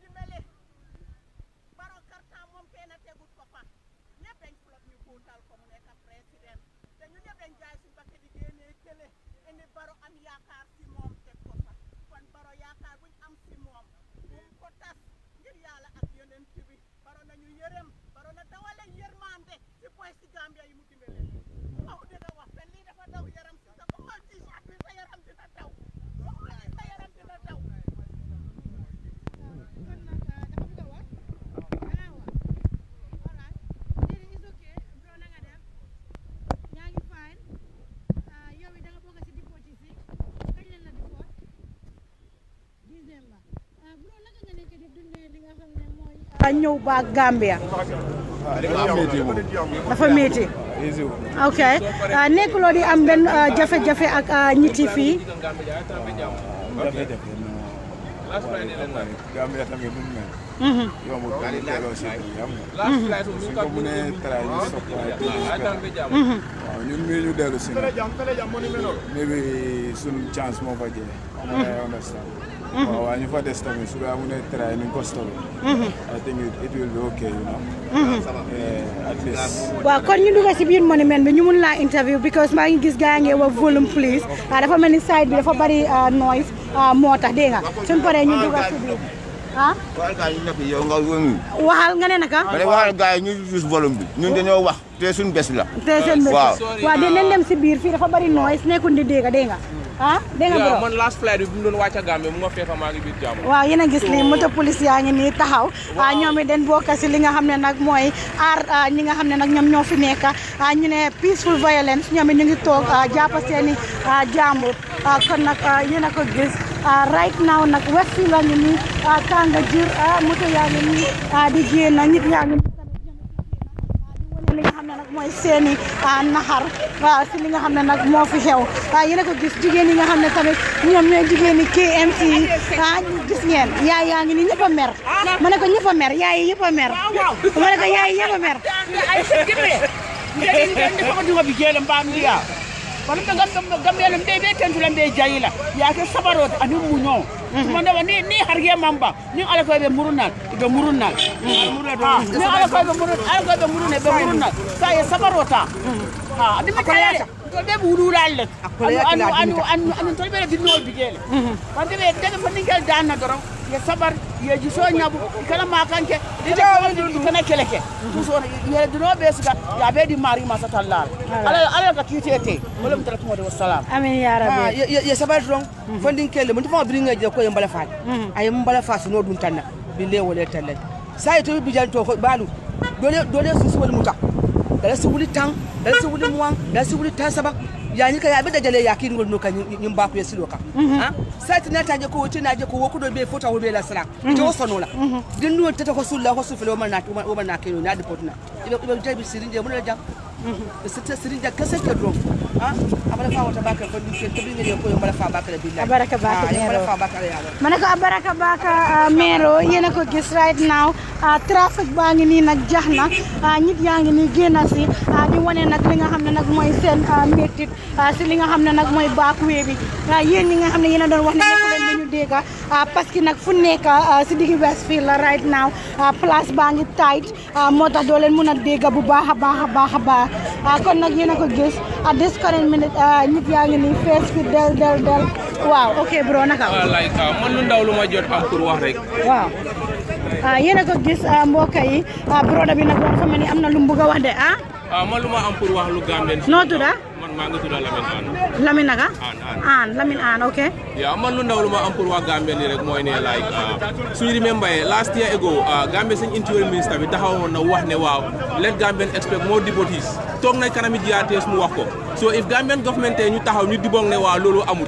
it's very sad ba pare Gambia dañ am pour bàyyi xel xam ne tey dëkk bi soo gisee mu àgga fu mu àgga tukkikat yi ñoo tax man mënoon naa dem toog suma kër waaye dama gis ne xoolal dëkk bi tey soo gisee mu àgga fu mu àgga yàlla tukkikat yi moo tax soo ñii lu ñoo def ni nañ try ñu stop ko because suñ ko stop dafa jurali loo xam ne ñun ñi fi dëkk la moo isil problème because tey soo jëlee nit Europe nga isi ko fii nii amul dara lu mu def boromam dafa toog empty handed kooku boromam tey soo xoolee nit mu ngay support full family nga jël ko moom kenn nga ñëw teg ko yow rey nga kooku famille bi yëpp so let government try and do something about this because this is not helping at all. da am benn broda bi nga xam ne dañ ko deport man anyway like man Europe laa nekk waaye du ma dee géej Europe du ma dee géej Gambia last flight bu doon ñëw biir Germany la ma fekk daf ma really make sad that very day billahi wallahi taala su ma toogee di gis ma moromi Gambia ñu ko taka loxo mi taka tànkaam yi ñun ñëpp xam nañ Germany si niñ mel foofu lañ dëkk but come on Gambia government daal li ma am pour ñaan lañ mooy ne nañ try ñu jéem a seet a solution to this let them stop it man loolu laa am lu ma la ñoo advice loolu because suñ ko def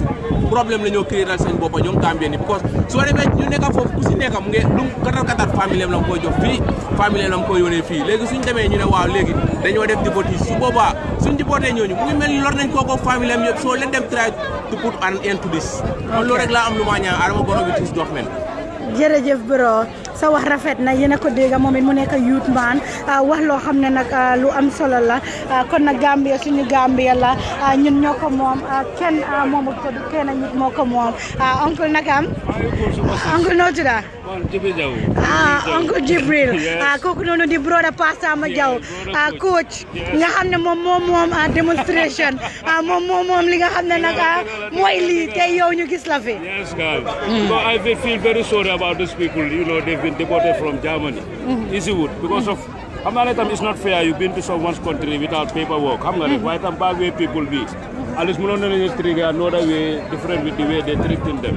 But I don't see that naharre moi too aj bunyen job bunyo aja say. Boy, but them nasi bad way with it. But they've been helping lots of their family. They've been changing things in their compound. They've been investing in money. At least at the end of the day, the boy they understand deportation is very funny. 99% of Europe should not deported. 10 years you are banned to apply even a visa. For 10 years. After the 10 years, you are not guaranteed to have a visa. You are allowed to apply, but you will not be guaranteed a visa. So that means all of these kids been deported for the next 10 years. they have nowhere to go apart from traveling to Africa or this. But for what I'm seeing right now, I'm not happy with the way they've been treating the boys and why they deport. I've been watching your film when you was at the airport and that girl been harassed. That was very bad, and I was very unhappy about it. But by that time, all the boys have to do maybe to apologize to people because they come home with anger and the government have betrayed them. But for my own understanding is, even in the flight, they tell them that they should not be here because of they are not traveling documents. But the Gambian government, they are the problem. For me, what I think is they should might pass to the immigration headquarters and make a noise there. Gang in like with them boys saying stop. Could you stop?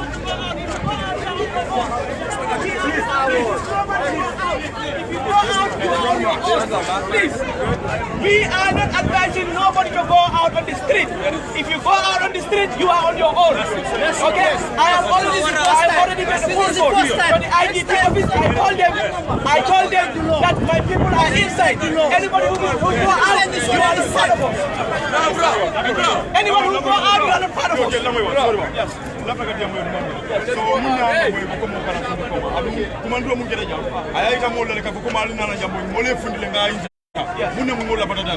what is meaning that when mole na foja so jamu ina kijam sa yapo ko jamu ni anyandaka kijana mai mole janje so munde mulu ndela fa ko okay sai bari ma ko sala mo ndinga ni garoje ona na ka jam amanke ko pour mole nje bedoto na ba janne pour mole na diamo moy even this small thing that we did. The government had us, the president had us, the executive had us. You understand? When important, I'm going to go to that's not what is important. The most important thing is to filter the message, and that is the reason why we are calling people. And the message has been filtered. We want to restrict everybody inside the monument. Anyone who goes out of the street, you are not part and parcel of the concerned Gambia movement. Anyone who goes out of the street, you are not part and parcel of concerned Gambia movement. We are responsible people. We love this country. We don't want to put this country into chaos. And we don't want to insult nobody. We don't want to create any problem for nobody. Please. What is it called?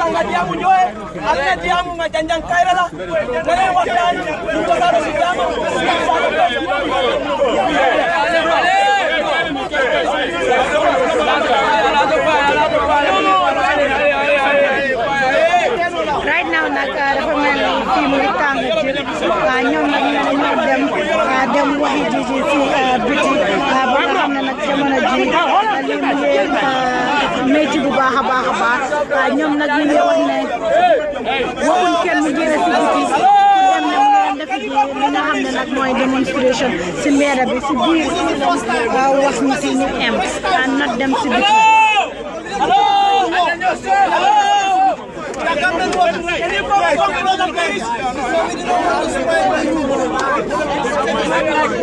Saibo.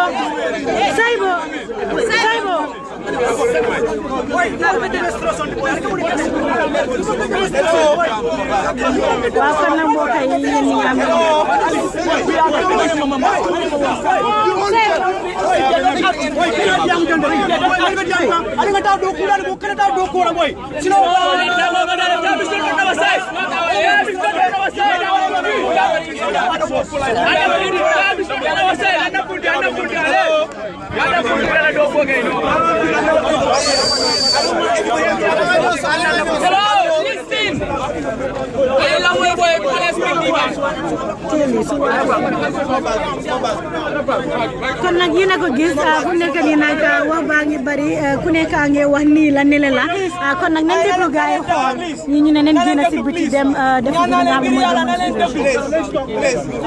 Let's talk. I understand our plight and I understand the feelings. It's not easy. Can we listen to it?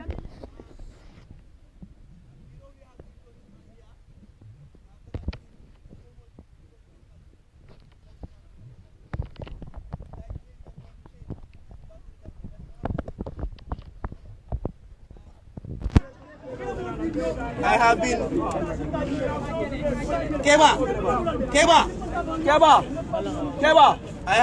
I have been working. We have been working for almost 2 months to make sure that we have that chance, at least a chance, to at least come out here and do this. You know, the most difficult thing in this country is to have this gathering. If at all, no wait. audio problem guys wax ya bari right now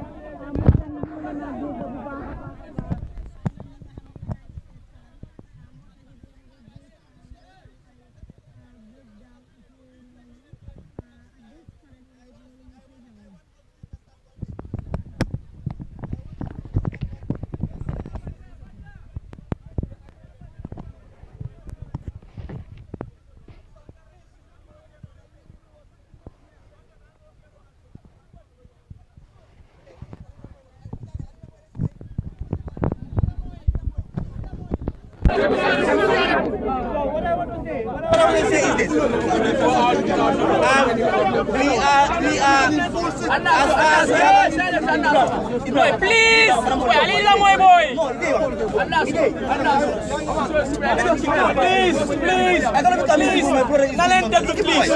let's listen to one another.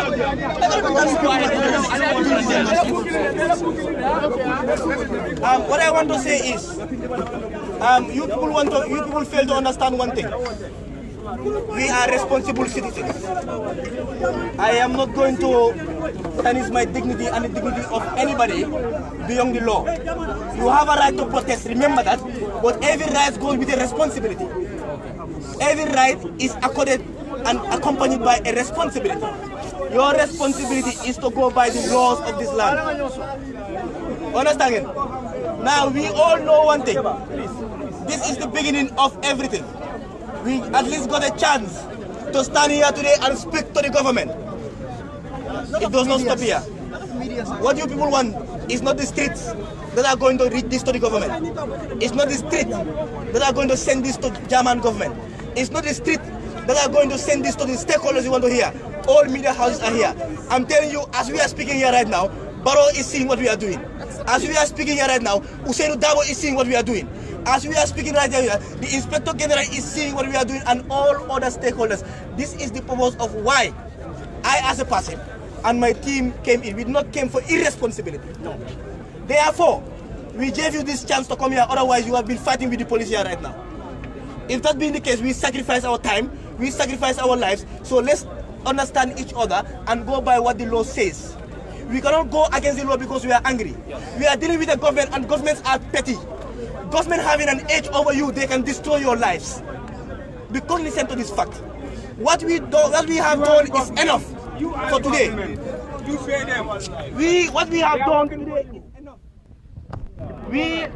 What we have done today is enough. What we have done today is enough. We put them.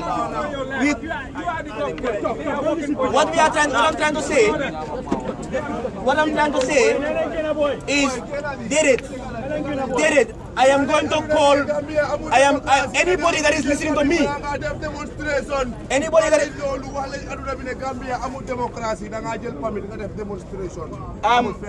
All those who are right.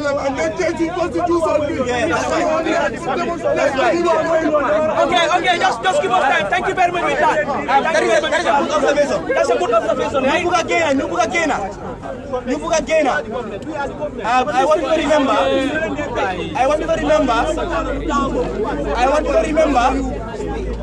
want you to remember that anybody that is out due to the permit I signed with the police, stay within the confinement of the monument.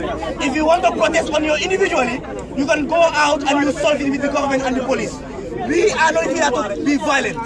We are here to be hard, and I know we'll be hard. Anybody that is here, because you had that and you saw that we got a permit, and you are here by that permission, stay within the confinement of the monument, and we send our message to the government.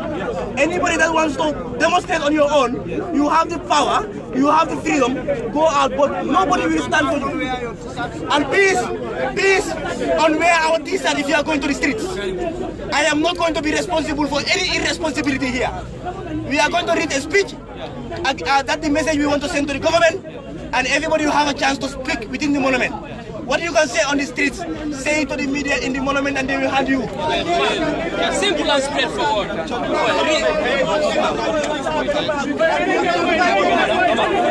So read your speech now so that people can go.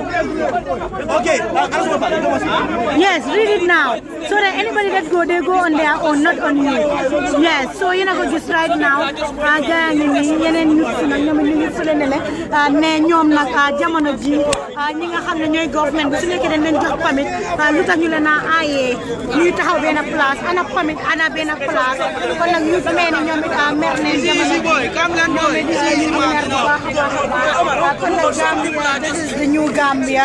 We are calling for ñi nga xamne ñoo fi nekk ñoom it ñu ngi stress right now kon nak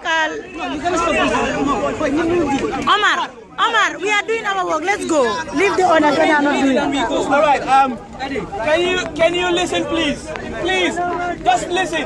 Probably you will hear things that you wanted to say on the street. Just listen to the speech. If you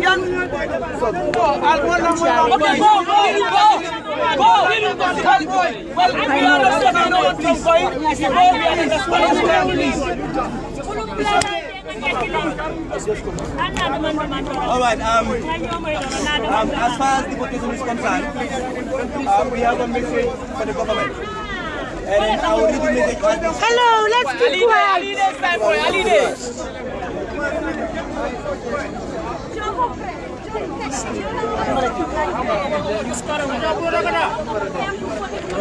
Boy, let them stop this. Let them stop this.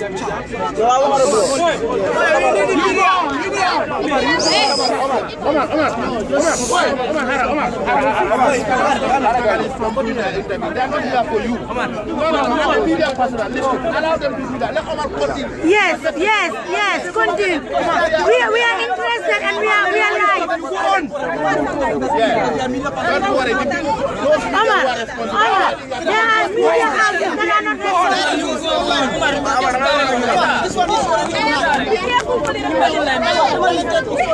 We are live. We have been following this since the beginning. Let's go ahead.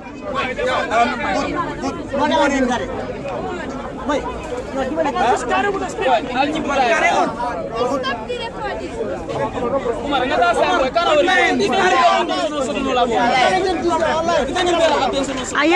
now, we Good morning, concerned Gambians. Ladies and gentlemen, all individuals here present. I am indeed delighted to lead this historic and great protest in the history of Gambian youth. The entire Gambian refugees in Germany, Italy, Europe by extension, in collaboration with concerned Gambians, decided to stage a peaceful demonstration to put a stop to the trend of massive deportation. We have taken several diplomatic approaches to reach out the Gambia government over this issue, but to our avail, they have not risen to the protest. Since November last year, the German government interior minister was quoted as saying that the new media publication on the 28th of November 2018 that there are 2,500 Gambians refugees whose asylum cases have been rejected and are already identified to be deported. The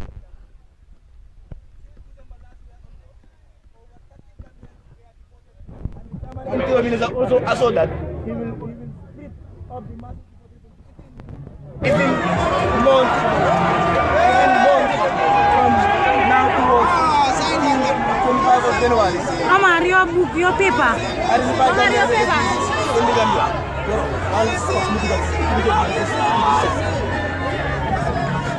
Again, he was quoted as saying, beside the number, there are 5,000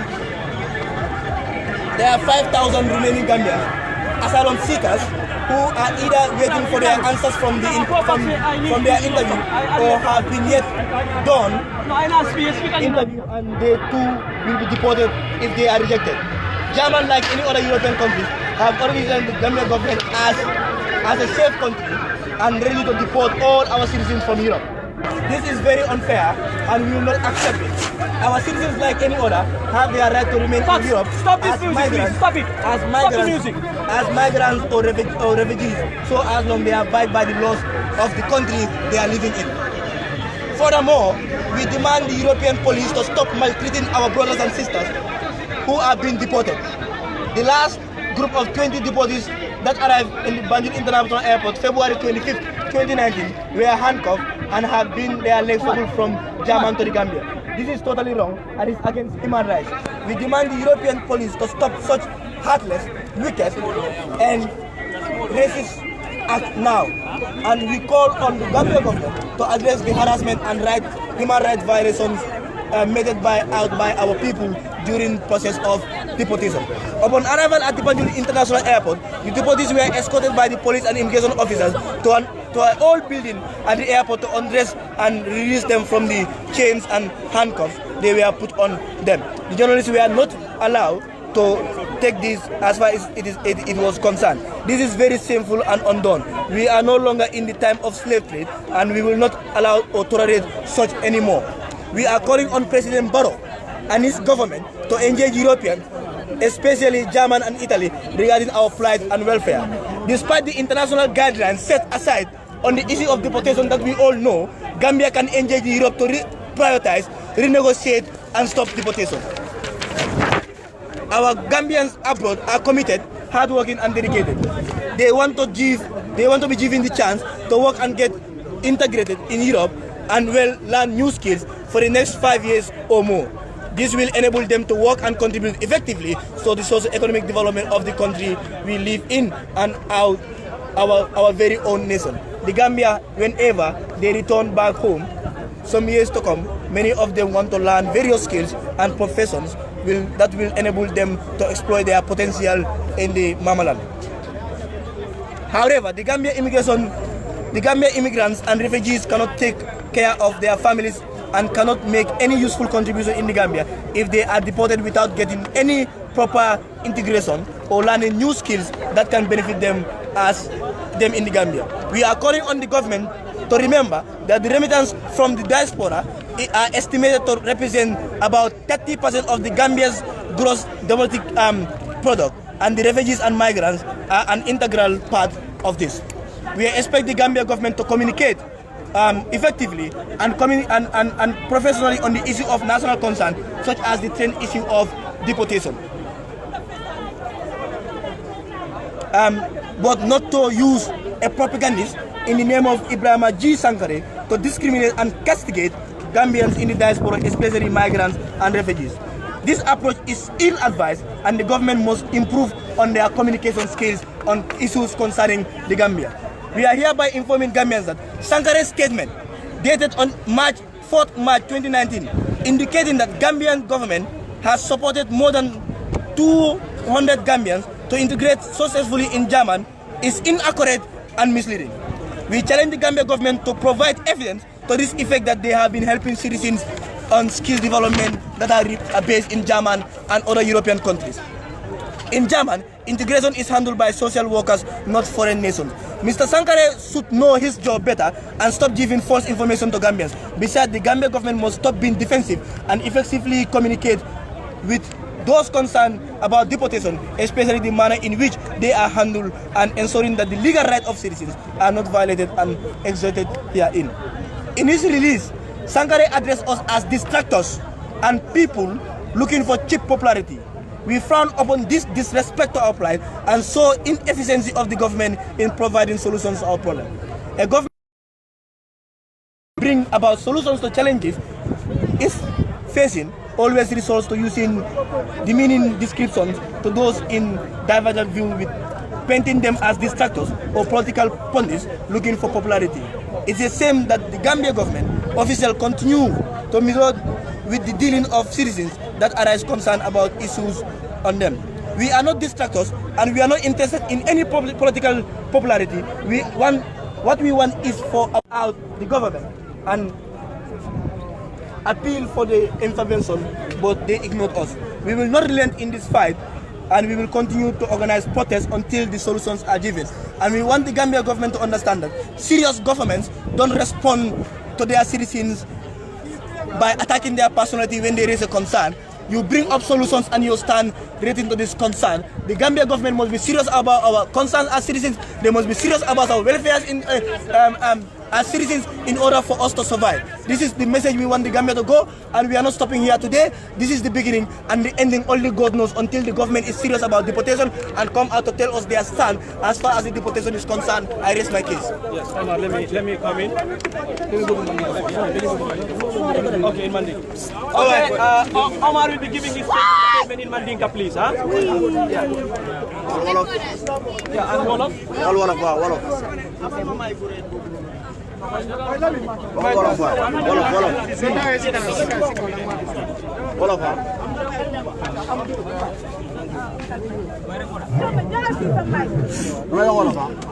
Sorry, excuse me. Yéen ñi nga xam ne nag yéen ay seetaan right now fii mu ngi over 10 ki nga xam ne nag mooy Saibo moom nag joxe na li nga xam ne nag mooy statement am kon nag jamono ji sis Hadira right Binta ñu ngi gis nag ñeneen ñi ñu ngi wax ne ñoom dañoo génn si biti ku dem defi ji li nga xam ne nag mooy demonstration si mbeera bi yéen ànd ngeen si loolu na àndu leen We do not agree with that. Why? Because our agreement with the police is that we have to use the monument and then march past to the church that we already did. So moving out with the youth, we are not in support of that. Because it's for security reasons. And we are all citizens. We will not like to misbehave on the street. But the police have said that let us give them 2 weeks. After this peaceful demonstration, we give them 2 weeks. If the deportation doesn't stop, then we can come back on the street as the type of deportation we want. So that is why we are appealing to the youth to calm down. We are all angry. We are all sad. We are all emotionally weak about this case, but we cannot do anything beyond the command of the police. Thank you. Jerejef. Yéen a ko gis right now place bi nag mu ngi tànn nit yi génn si neen di wane li nga xam ne nag mooy seeni naxar su ko defee rek ñu def nii rek dem interview seet ni nga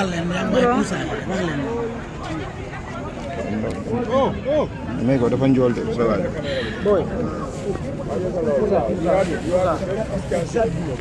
What is the purpose of this deportation? Or what is the reason why we are here today without knowing nothing about it? Can you tell us the condition and the circumstances of your deportation? Yeah, the deportation was so horrible. The journey was very horrible, very terrible. You were in Germany? Yeah, of course I was in Germany. So a lot of people were deported without knowing the reason. And a lot of people are just been captured through their houses in the early mornings of Monday, and direct to the airport in Frankfurt. Then we have flew from Frankfurt to here, direct flight with 6 hours. Landed in Banjul Airport, then they had over us to the Gambian immigrations without knowing what exactly was the reason. And we don't see any stakeholders on the ground who can at least welcome us and at least calm us, tell us why we are here. So it's definitely very painful. So we want to know, definitely, we are calling the government to tell us exactly what's the reason. Why are we here? Please, we want to know something, because still our brothers are there, still our sisters are there, a lot of people are back there. And we want to say no to this deportation. We are already at home. Enough is enough. We will take it in good faith. We are already here, we will take it in good faith. But we want to urge the government to tell them that enough is enough. Please, we don't want to see any deportees again in this country without any genuine reason. Anything we want to see, we want to know. Please, because this country is very hard for that. People have struggled their life through this journey. Please, I'm asking, I'm telling the government to stop it. You went through back way? Yeah, definitely I went through back way. How many years were you in Germany? I was in Germany almost 5 years. Of course. Okay, is it true that the immigration department officials were the people that were identifying Gambian for deportees? Anyway, these deportees doesn't have anybody to identify you in Germany. They will just come to your house early in the morning, around 4 o'clock. They will just grab you, about 20, 30 soldiers, 30 police will just surround you, grab you, do everything, beat you, direct to the airport. Then we flew to Gambia. Any measure of when you get in the country, have you got something from the government? Or Okay, when we landed in Banjul International Airport, we are inside the flights for almost 2.5 hours without coming out of the flight. Waiting? Yeah, waiting. Because the first batch of immigration that came in, they just came with a fake information. But obviously, I know that it was a fake information. I calmed everybody inside the plane. Saying what? What was it? Saying that, okay, there is nothing like acceptance of deportees in the Gambia. So this flight is going back to Germany. So everybody was feeling proud inside the aeroplane. Then I come everybody and tell them, look, this is just the first information. The flight has already landed in Banjul, so there is no excuses. We are going out of this flight. They are the one who did it. But the thing is, we want to see at least people to welcome us, at least people to tell us something, to calm us, so that if we go to our houses, we will know what to do. But we don't have this on the ground. It was very hard with us, with the immigration down there, because the immigrants were fighting against the other deportees. So it was definitely very horrible at the airport. So, but it's not only Gambians who are deported? No, the flight is only Gambians. It's a direct flight from Frankfurt direct to Gambia. How many were you? Probably we are 20. But why is it 20? It's a big flight and the flight was full. Why was it 20? Because every deportees has 4 escorts, 4 people to escort you. Every single person, 4 people to escort you. So they will chain your legs, your hands, everything. And the most horrible thing was, when we landed in Banjul International Airport, just the plane had just landed and they removed everything. So I tell the boys, hey, let's go out of the plane like this. Let's not allow them to remove this thing. But they force us to remove everything. So if you come down, people will just say, oh, these people come in a very good way. Why? It was definitely very, very horrible. If you don't go to the toilet, it's a problem inside the aeroplane. My brother, I was there at the airport to conclude some of the interviews, but then we have learned that you guys were not treated like, you were not even allowed to pass through the right way. Instead, you were at the bush. Yeah, it is a deportation, and the government are hiding everything. You understand? So that's why we are not allowed to pass through the terminal. So we are taken through the back way and escorted by paras, militaries, and this immigration, because it was a very, very high tense there. So we are escorted by these people, and later on I also have from other media outlets whereby they were saying they give us 200 euro or something like that. I would just start to rectify it. It wasn't 200 euro, to be quite honest, it was 400 euro. It was given to everybody as a fear. That's how much in the Gambia? In Dallas? In Dallas, no, $400 is I mean. Do I say euro? Sorry. Yeah, euro. Okay, it's Dallas, $400. Sorry, okay. We are giving each $400. Yeah. Which badge was that? Because the last deportees, I was there at the airport and they were given 200. I think so. We are last badge. It was last Monday. Yes, we were at the airport, but some of the people that we interview, I personally interview, they showed us only $200 note. Yeah, maybe it's your transportation, maybe. I'm talking through the media. You understand? I can give a false information. What is media? So anything you have to say, you have to be honest to yourself. Okay. What do you say to the allegation that some of the Gambian immigration officers took part in facilitating your return? Yeah, definitely, because the immigrations there at the airport was definitely. I don't accept the way they welcome us. I really don't accept it. But did you see any immigration officer in Italy or in Germany facilitating your return to Gambia? To be quite honest, there was no Gambian authority out there in Germany whom I see with my eyes. You understand? The flight was only we, the deportees, and the German officers. Okay. They escorted us up to the Banjul International Airport. Then from our landing, there where our people came in and get into the flight, start talking to us and try to calm us, understand? And we accepted in good faith and came out of the flight, but others wasn't accepted in good faith. It was a fight. How is your family reacting to you guys? For how long before you've been deported? No, for me, I wasn't kept in the detention center. And I can tell you that... How long was it? I wasn't kept in the detention center. Okay. Many people were just grabbed inside their house in the early months, as I told you. In the early months of 4 o'clock. They don't even know nothing about deportation. So others are even took through the airport. Through the hospital. Which is not done. If you go to Europe, they have a rules whereby and migrants cannot be deported when he or she is sick. You understand? And we came with a lot of sick patients, which is not fair. So definitely we urge the government to tell us the reason behind this. So meaning it was out of surprise? It was out of surprise. Everything was out of surprise. We also made to understand that there are rehabilitation plans for the deportees.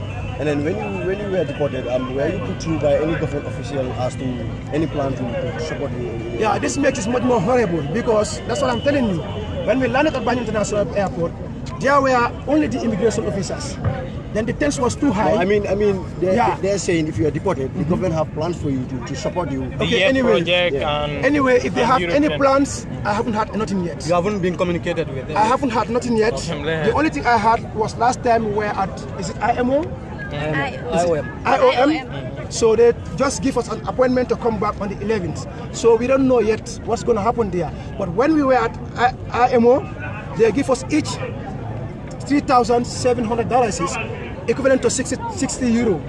So before I took this money, I even asked them, what's this money for? Are you guys working with the government? They say no. So where is this money from? Because I want to know where this money is from before I take this money. You understand? They told me, no, we are just here to support you. We have nothing to do with the government. So thereby, they give us an appointment for on the 11th to come back. So at this moment, we actually don't know what we're going to meet there on the 11th. So what is the message here today? What do you seek to achieve from this protest? Because the reason why I'm here today, I just came to demonstrate because, not for me, I'm already here, but at least for the brothers back there, because we all understand the situation of this country, how hard it is if you are in this country without having anybody abroad to support you. It's very difficult. I belong to a very, very large extended family. I'm the only one supporting the family with my brother. So today I'm here. So I don't want this situation to happen to somebody else. So we are urging the government. They are the one who signed this thing. Enough is enough. Let them now stop it. Okay? We are now here. We accept it in good faith, but we don't want to see any deportees again. Enough is enough. So what's your name? What's your name? My name is Dudu. Dudu Chinti. Huh? From where? From Iwota. Dudu Kinte. Yeah. Dudu, how is your family like? How is your family treating you? Yeah, definitely my family are well supporting me and they are really behind me, giving me every support that I require. Ebu man lay gërëm légui nak bëgg na ko rek ci olof ci tënk rek nga wax ñu yow bokk nga ci ñu délo ci gàttal ci tënk nga wax ñu rek tay ji ni buñ la déporté buñ la délosé ba noppi nga wax ñu rek lan nga yéeg ak légui num tuddu lan nga fasiyéné dundé fi ci Gambia. Waaw comme lu ma wax rek délo bi metti nañu torop waye tam lu Yalla def kenn mënu ci dara.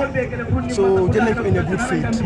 Metti na torop bi ko ñu xamné dëkk bi ñu so ñëw fi amuloo liggéey wala nekkuloo ci leneen problème la ku nekk da nga am responsabilité sa famille te soo nekkee fële des na léegi na mën a yomb nga dimbale sa famille wax ñu ne fi leen nekk liggéey naa in different branches liggéey naa in a hotel liggéey naa in a radio station ñu nga xam ne ñu salaire bu nekk fii so soo ko compare ak ñun ñu doon am fële ne it's quite different. yaa ngi doon liggéey maa ngi doon liggéey Gambia waaye bu maa liggéey fii mënu maa support kenn jamono maa ngi doon liggéey assez béykat te lu si gën a bon sax ñu ñoo deport xaalis bi ñu fekkee sax dañ ko nangu suñu loxo xaalis bi ma fekkee man sax dañ ko nangu suma loxo so I have to complain all about this deport nañu teguñ transitional kenn te loolu mos a am si deportation so moo tax nag ñu bëgg a xam Gambian government exactly lan mooy problème ñu war ñoo deport ñoom ñu accept ko parce que ñoo ko sañ ñoom mënu ñoo am nga ci ay fenn suma bro gis nga deportation ñun dafa ñun dem nañ school ak ñu mën a nax tey ñu demul school dañoo wane ñoom xamuñ si dara kenn dofut kenn dafa tudde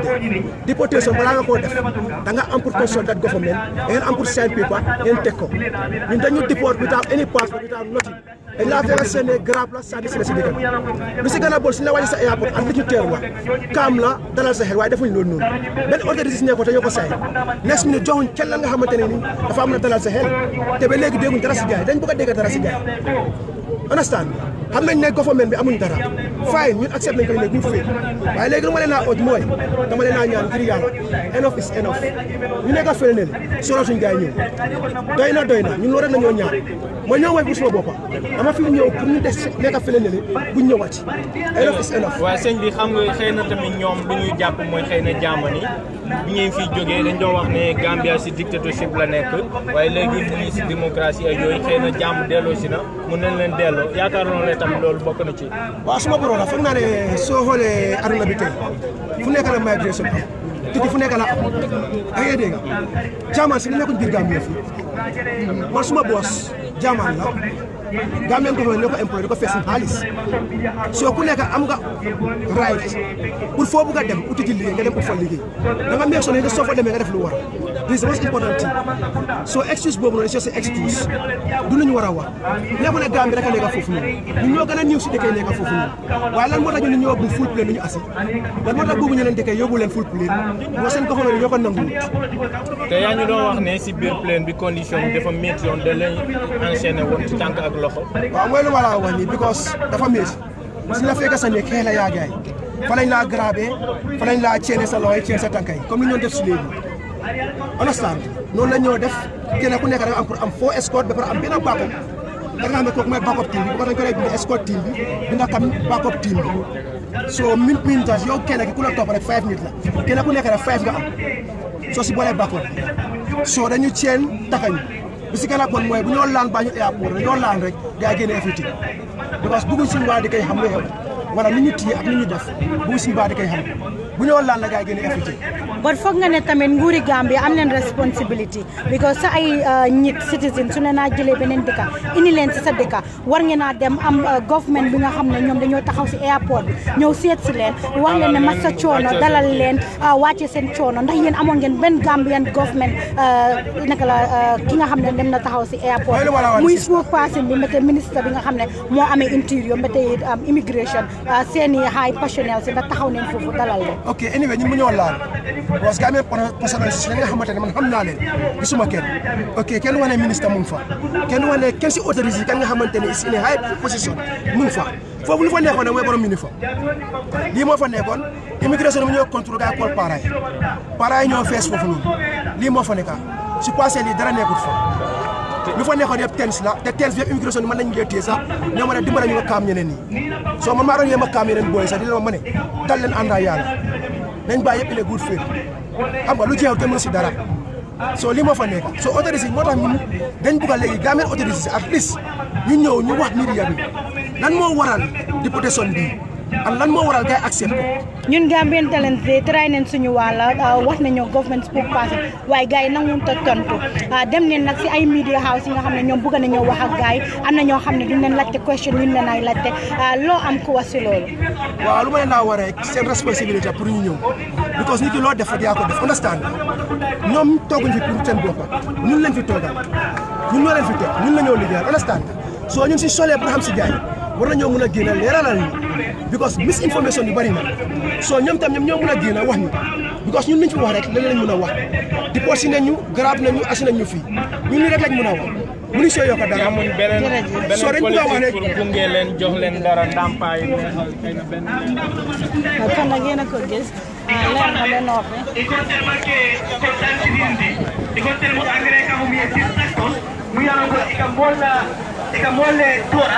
wala mbe political party le ki mbe fego nyininga atonde fego nyininga mbe fego nyininga political privilege wala mbe la political party lo wala la baga ko man sakuna ko ndel nim political party ma haji soto ndel dada politique to ila sobe ya balia ila teo deportation wala tel force wala wulin kana premier kacha inyana ga understand ko ndel ma haji soto government bala any project e munana muyana go anin Gambia banko la development ko bita ndel ba mek solo ngo project ko support way sayte man sa kunda be teri tamit amam correct fama ila sogolo idi wona promo ko idi dama ke fakinde di ala to nya ko man sa kunda e wuri ya ko yende la ala sar yino ko moli na ba ko man sa kunda ba fulay ko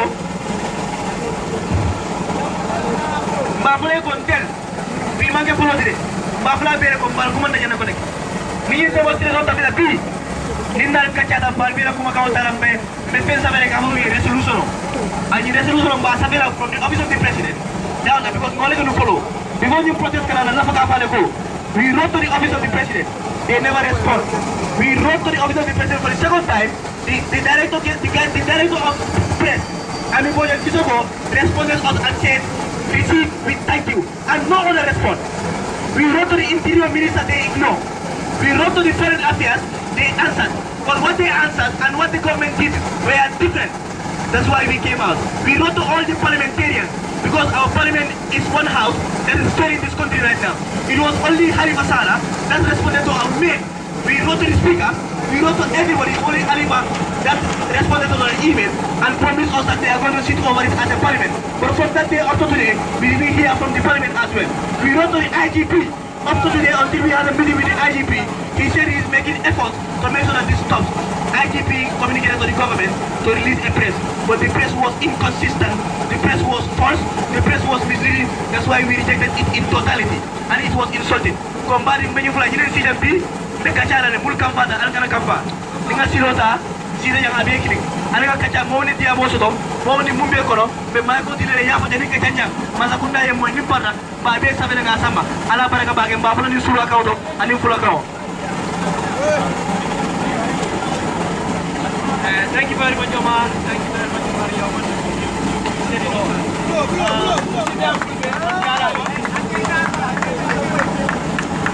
musida fulbe on jala ma tambani ala ko kala ite mo yeto ni min ko yera mi de mi de ko tan Gambia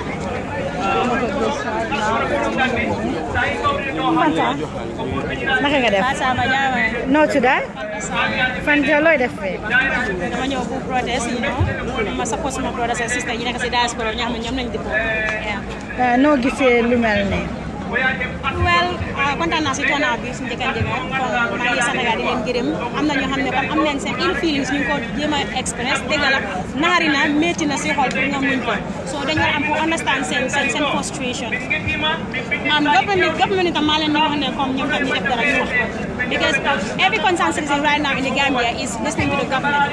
They are telling us things that they are giving us false information that is an offense on its own, that is punishable.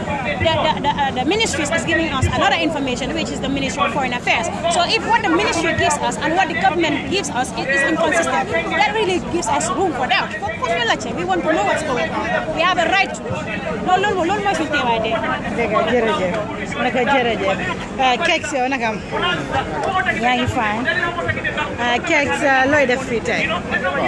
fi rek boo ko xamee rek baag deportation bi lañ ñëw fii gis nañ luy nekk di xew pass months yi dañ feel like ne dañu war a jóg because gis nañ all mediums pour communiquer ak government bi but affaire bi mënut a succeed so we feel like ne am nañ right pour ñu génn ñu wane government bi daal they didn't take us seriously because bii bu mu commencé woon man maay di pagent boo xam ne moo doon distribute letters yi so amul office boo xam ne dugguma fii dem naa di office state house bi ma drop a letter for the president bi ma dem si vice president's office ma drop for letter ma dem si interior ma drop for letter ma dem all ministries national assembly members yi man maa leen drop seen letters yi yëpp all political parties yi tamit ñoom Papa Ndiaye ñoom Halifa Sallah ñoom Fabakary Tombong yëpp maa leen drop letter so they all but nobody turned to respond us so they feel like the government has respect for its citizens so they feel like it is necessary pour ñu xam ne ñun ñoo moom dëkk bi te liñ bëgg a moo war a def because loolu suñu constitution bi loolu la wax government boo xam ne ñëw na fii rek its responsibility is to promote the general welfare of its citizens and government boo xam ne mënu koo def rek you are not fit to govern so dañ feel like ne léegi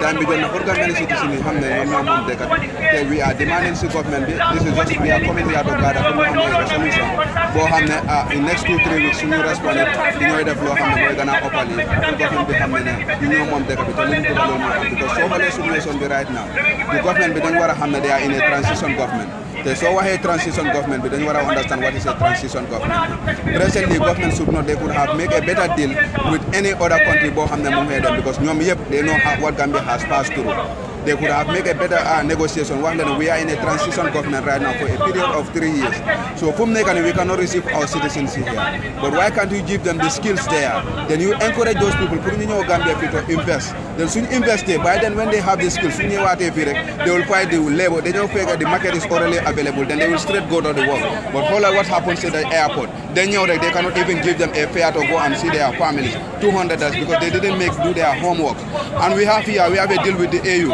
and that the same AU countries are deporting our people. Why can't you tell those people that the come to fishing vessels are not here? Why can't you invest in the fishing vessel? You teach our people the skills, let them come and use our waters. But you just allow those people to come here and take millions of our monies and go and develop their countries while our citizens are suffering. And that the same country is deporting our people here. So these are the issues you have that we feel like it's necessary for new citizens. We take the ownership of the country. This is just the starting point. So government before they can control us. They are failing themselves because this is just the beginning. But then just what is more than this, we just still create the room of dialogue to be abide by citizens. We use all the mediums. Distribute 9 letters. There was no response from the office of the president. Personally, I distribute all the letters to all the ministries. So nobody responded. National Assembly, it's Halifa Sallah, Sana Jawara who responded. Apart from that, Kentami responded from the National Assembly members. Political party, Papa Njai did not respond, but I never heard from him. So this is the issue. So who make a new citizen that you want to government, you know mom, you know land of power. to promote our general welfare. And if they cannot do that, we will kick them out. We are the owners of the city and we will put the law in our own hands. This is just the beginning. Next time, we will occupy the street. Can do them ligay banjo. Then we will close Westfield. Can do them ligay. That's the next step. Thank you very much. All right, Kex, bala ngay dem rek. Kex, gis nañ ne Gambia ko am information dafa difficult. Ñun Gambian talents all this while ñu ngi engage government, try ko wax ak government. Waaye dafa mel ni government daa bëggunta wax ak ñun. Fan yi rek call na ki nga xam ne mooy government spokesperson bi Sankare live on air mi ne moom mënut a wax. Waaye démb gis nañ ko mu dem another TV station di wax foofu noonu. And then at the end of the day questions yi nga xam ne yow moom nga bëgg a laaj media house yooyu duñ leen ko laaj parce que media house yooyu noonu they in for naka la gars dañ leen restrict daal so yow lan nga war a wax government yi Gambia bi. Well, loolu man I always observe that dama gis ne government have their own mediums ñoo xam ne they wanna talk te loolu dafa war a gër because I see that as a discrimination because then they am a monthly press briefing with the president but the last time there are so many media houses ñoo xam ne they wrote to cover have a interview with the president but after they have gone through all the applications they only approve 2 media houses ñoo xam ne ñoo interview president the state bi ñun we all have an equal say in the state when it comes to freedom of information is there and it's a right for full government to talk to its citizens to communicate without a communication so then this the government they should know ne lan mooy seen rôle and the spokesperson bi lu tax ñu jël ko always to clear the doubts of the citizens that's why he is been paid and especially the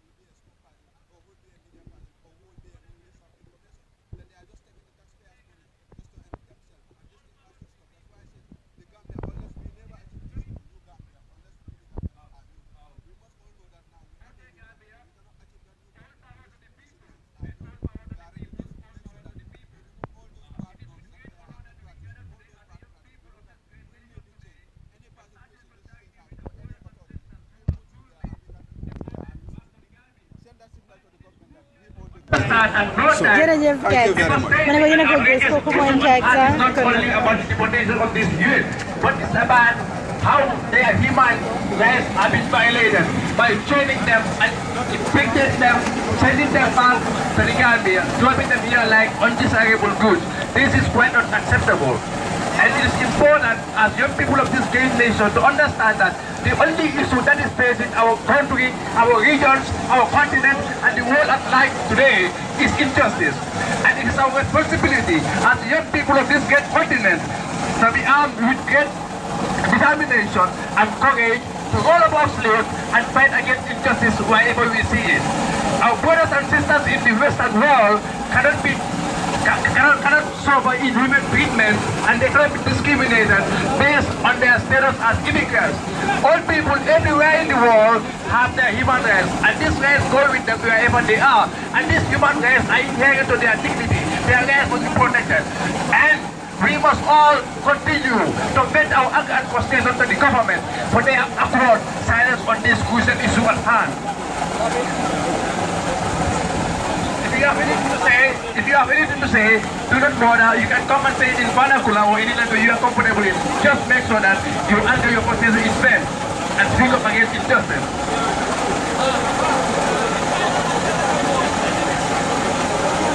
Lord, this is a dialogue. We are not just coming here to stand here. Let's come and talk about the issues that is affecting our youth. That is deportation. Come here and talk about the issues that is affecting our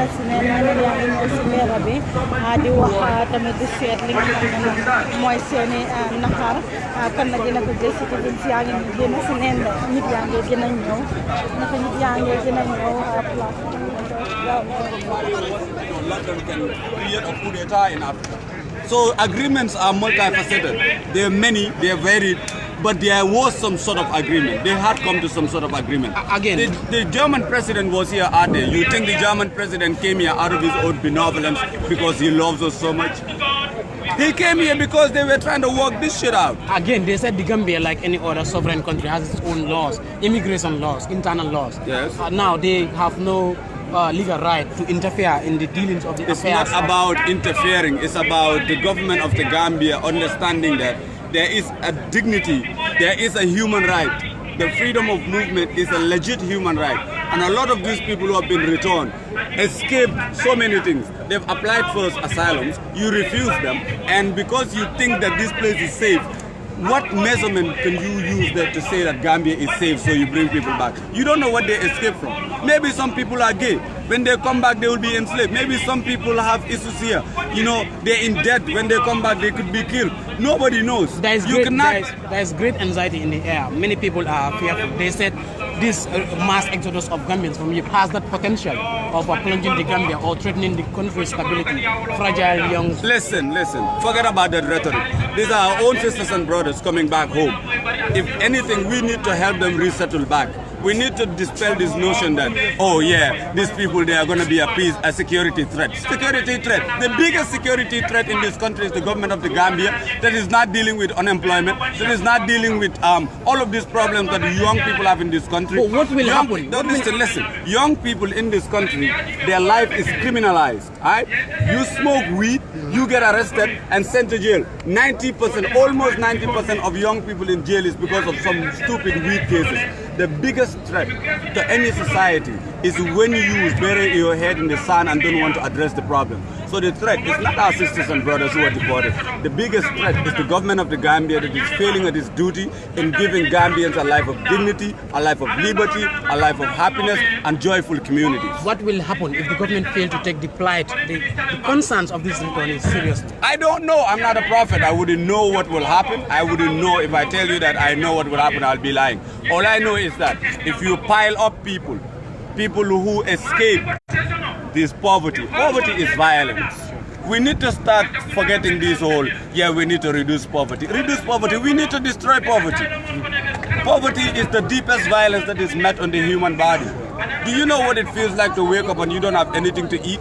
Do you know how it feels like to live in a house with no electricity or running water in this 24th century? That is the biggest violence we face. So when they talk about, there's no violence in your country, we should send you back, we should remind them that the biggest violence we have in our country is the biggest crime of all time. What do we say? Poverty is a crime. What is violence? Not crime, it's crime. So when you talk about these things, we need to flip the conversation. We cannot keep agreeing to the Western narrative of migration. There is no illegal migration. Migration is freedom of movement, and migration is the force of nature that has been happening from the beginning of time. Who created this wasteland? Who balkanized the African continent into 54 non-viable states? Was it not Germany? Where was the Berlin Conference held? In Berlin, in Germany. That created this mess that we have right now. So when we talk about migration, we talk about it on our own terms. Our terms are this, that we will migrate, whether you like it or you don't like it, because human beings move and they settle whenever they feel like it. Right? And the other thing is that no human being is illegal. These racist, fascist, right-wing governments of Europe that sit down and illegalize black and brown bodies, and we keep agreeing to this shit.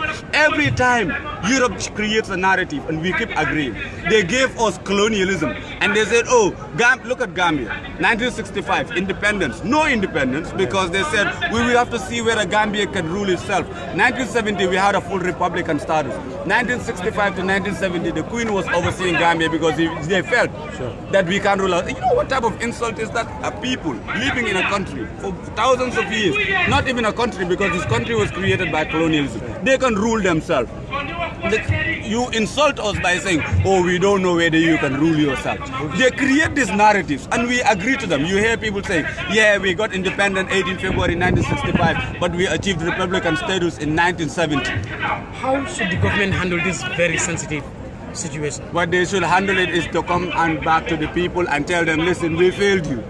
Right? You signed a deal and you got stuck. Ghana just rejected a deportation deal with America. What did America do? They imposed a visa sanction on them. So you cannot just deport people like that. There is some sort of agreement. You accept it or you don't accept it. So stop lying to the people that you didn't sign no agreement. There is always an agreement. My brother, we were at the airport, Gambian Talents TV, by the way, Fatou Samba. We were at the airport and we have seen how our deportees were treated. They were not going through the right channel that anybody will come when they're from travel. We have realized that there was no government personnel that stand there to welcome these people. I think it would have been nicer, you know, if you're welcoming somebody, you welcome somebody, you know, with a very nice tone, you know, let them see off with their families. I'll tell you this much. The whole point is this: if you have failed your people, you don't come and welcome them. You are ashamed of yourself. The government of the Gambia is ashamed of themselves, and they don't treat our people like nothing. If you are a poor person, you are nothing.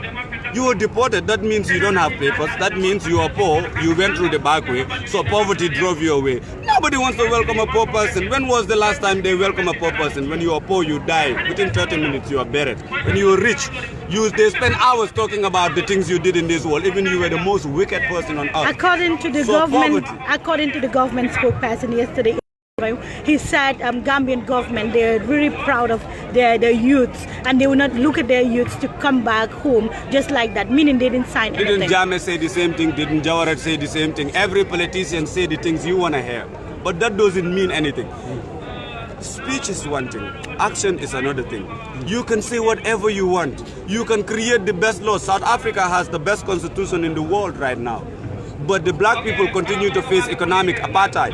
So it's one thing to create the Gambia, had failed her people unnecessarily, when they could have done so much for her people. Adama Barrow is just here being greedy and failing his agreement with the Gambian people. We have to, this is the time when we should start saying it as it is. We are not on this earth to suffer the consequences of another man's failure. We are on this earth to live our life in the best way we can possibly live it. So never forget our mandate on this earth. Your life is nothing if it is not connected to the striving for the greater happiness of the greater good of the masses of our people. Thank you very much. Thank you. What's your name? So yéen a ko dégg Gambia brothers yaa ngi wax ñu ne nguur bi nga xam ne nag dañu responsible maanaam waroon ko taxaw ñaaka def dara ak seeni citizens maanaam ne war a génn si wax ak seeni citizens Baboucarr, how are you? Baboucarr nga nekkoon former president, vice president in Gambia Press Union. Right now ñu ngi gis ne in Gambia it's really difficult to access to information. How do you see that? Well, just as a journalist, follow this event because I feel that it's a significant thing where I can gather information regarding how people are feeling about deportation that is rampantly happening. In the country, Gambians coming from different countries in Europe and so forth, being returned back to their country, and there's a lot to complain about it. This is why I'm here actually. All right, we have seen the government spokesperson, Ibrahim Sankare. People have been following them. People have been following the Gambian government, especially the newspaper. Well, I think I must know the content of his speech because before I can... No, not this speech, but it is very difficult for us to get access to, these people. Well, I will not generalize that because I don't have such experience yet. As I'm telling Are you not following anything pertaining to the Bagway? I didn't have such encounter to say that was. I will not be able to gauge that at the moment. At the moment. Are you not following the Bagway? As I'm telling you, apart from people deported, meeting them at the airport, interviewing them, I'm right here to follow what is going to happen here. I've seen people demonstrating. But do you think the Gambian government could talk to their citizens? Really, to be honest with you, the government should open up. Well, that is something we all have to push for. Be it the media and the common citizens, the government has to have a communication, with the Gambian people. All right, thank you, Baboucarr.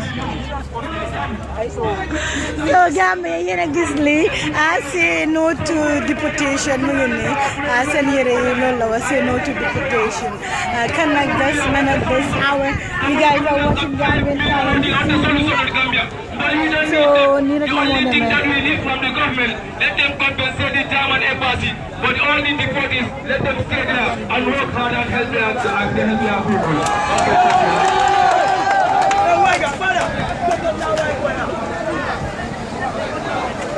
Thank you very much.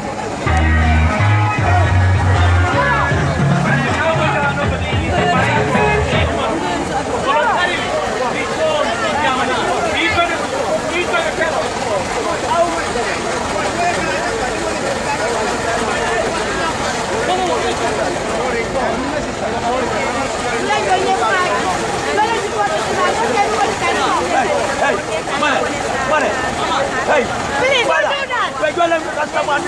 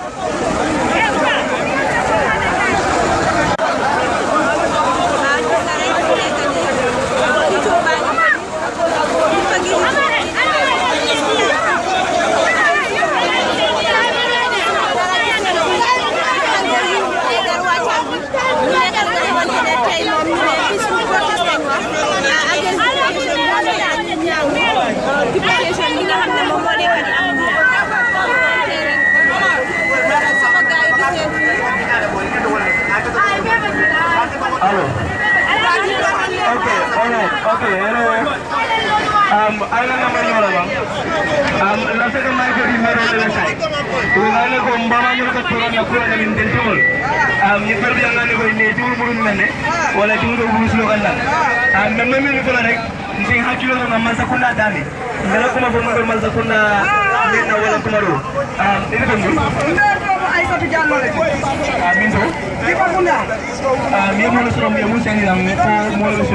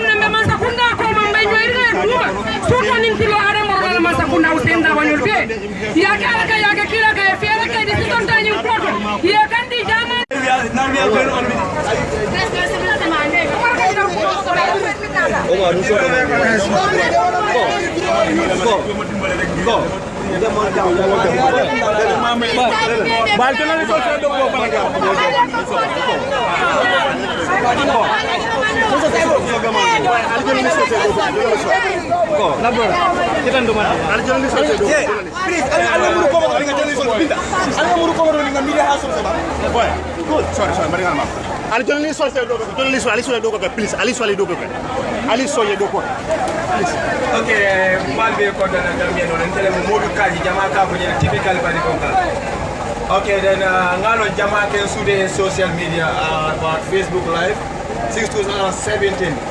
Abandon del ka ruling kanyang to fight about the deportation ni me alo kesa stop no. Okay, the demonstration jama ni me alo ko dal among work because then kaga dalilo me ka puri yamulus stop umoriya liberty so jama ni je. So then I'm out work. So then I organized in 2018 I'm out work. So this one is work. Then I'm so proud of the Gambian people who they come here. Okay, so the Kukilimba left a card diamond because then they found Kundi on them typical body book. Allah Gambia impressional land Jeremiah look left a get the phone saying need a tableau and your tema. Even media Julian can they be able to go I'm the one. Okay, so the Nina that you can don't let Gambia jam. Munebe jam member in the vendor mold bonale Germany be mune be send and another crop sonot and I'm going to stop.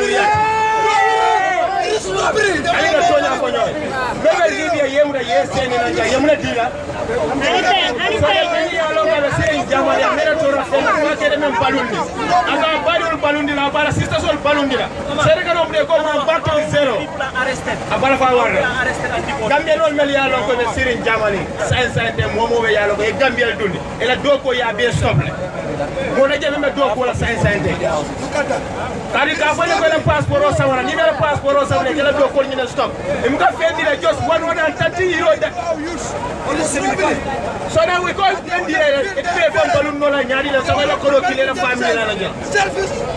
the Nina Juve Gambia. government and the step down in Koro, the step down again, because then they were seeing us what we are talking about the social media every day and night, but they ignore us. The man of Kanda Kumomo. So signing demonstration on our organization. So Masakunda Nyabala, German company Nyabala, all white countries even Nyabala. So the sign Masakunda said Biam no Nimpula member at Nakavoko. The work at Biam Nimpula in a long time since 2017, 18, 19.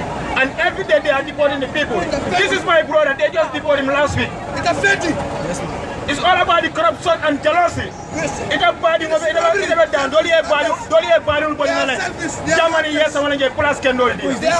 So then Nina Juve may at Tinala. If I don't want to put a four on Sorry, 1 minute. Okay, so let Gambia government down la Kumpilina. I try, please. Step down in Kora, Yamolta, Yamolba, Yella Liberty Soda. Kabajang Kadun, Germany is very hard. Jama foreign is like a dollar more filter inside more make a lot of mobile diamond. So Dolbe Germany Kela Bankolto. And the Bella can pay dollar. What's the same? So then a child $1 million Kela, but yes, saying so signing a regular Masakunda loan or a couple of months who come to the Dolbe down and step and control Mila didn't want let me do one leg. So they must step down on quarter side to come the Lord in Palace of the Kakajumale. Karima made a couple of Doko and then Dimbale and the children solo. Typical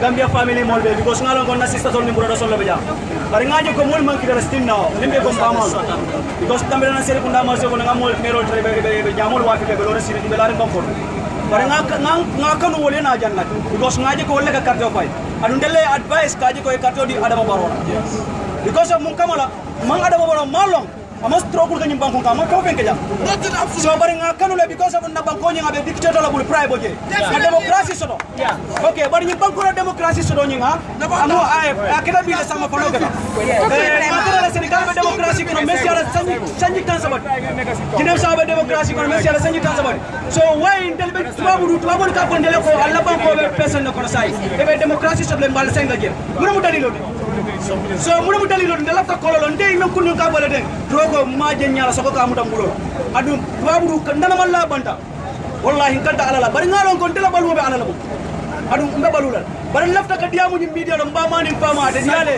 na brodo sol ade diale bari man diamu ku kande diamu dala ngana brodo sol do sisa sol ko ngoje andi be so bari je nyame ngalon nan tetara men ko je saji ken kar woro malla na la raw kam because munana malla je because of abe bori moronga because of family la problem la tan ko bori moronga mbanyo nyanta ba bari ngana kaito di galla dalle jumala kama de de la masa kundanya dañu understand na le yam moy ko moni mom si pare mom si pare e ka kala ko moli ko ma any document sign pour na dinole na jang e ka kala ko ba ma ñole du kare please yo kulin ki kuma kilinda yo understand ba anni jamonol kali ko nga kaito mu dakar bu Allah ban ko kaito lam abay okay ay mu nek aba do ko lay hey immigration men document kal suwa ino anywhere ni nga jam ba su delal ngai na broda ite nada mun dalila la jam because nelbe outside le atel do kono do jam ni ba duna ni ba bandan del gamin fo lafta ka fo fana yamoy al nada mun la jam lafta ko lelong because nde andi nga na bar certificate di ñu la lafta la ka me keso dal ka fo me jididi ay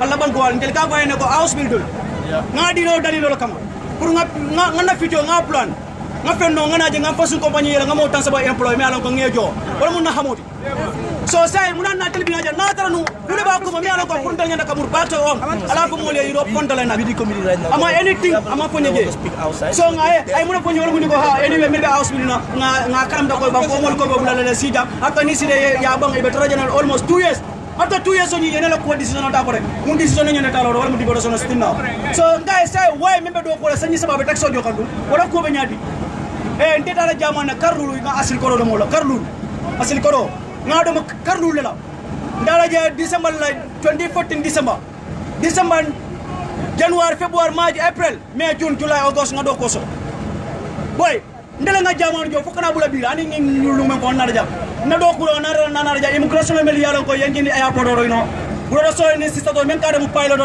abe anywhere na enja alon ko intelligent last Friday 2 o'clock sudo akonya na bro le bot na min to lan kay bro kana nyirin ka saise kana nyirin ka board lala because nakay to le be bulo kono kana nyirin ka board lala ngay nyim banko mba jani lala de nal mala haklo da ba ku e mel tare je man ka banko nyi fa ba ku nyi mel tare je man ka fanka ma dindi da wali diwul wala tare je no fanka ma diwul wal man ta je de fore diwul mel yalan ko kan ni kon donde bu ko sima wala tare je ora sa internet plan men ko sister to lani buro so ya loya da mo kana si palmen aka fu mo de ko ino my any document must sign any must sign but your rights to the cover document European Union ko na banku dul mel yalan ko balla banko kan nibe do ko le ma luwatinya ali mutanje du kare because ndalu ay yamuna fa masakunda yamuna fa European Union ma ko ko itel mo penso yare yola ko kende buli dara dani rola ni penna mani boto be janda ci wuli kini kebelu mun tala rani ba ko ka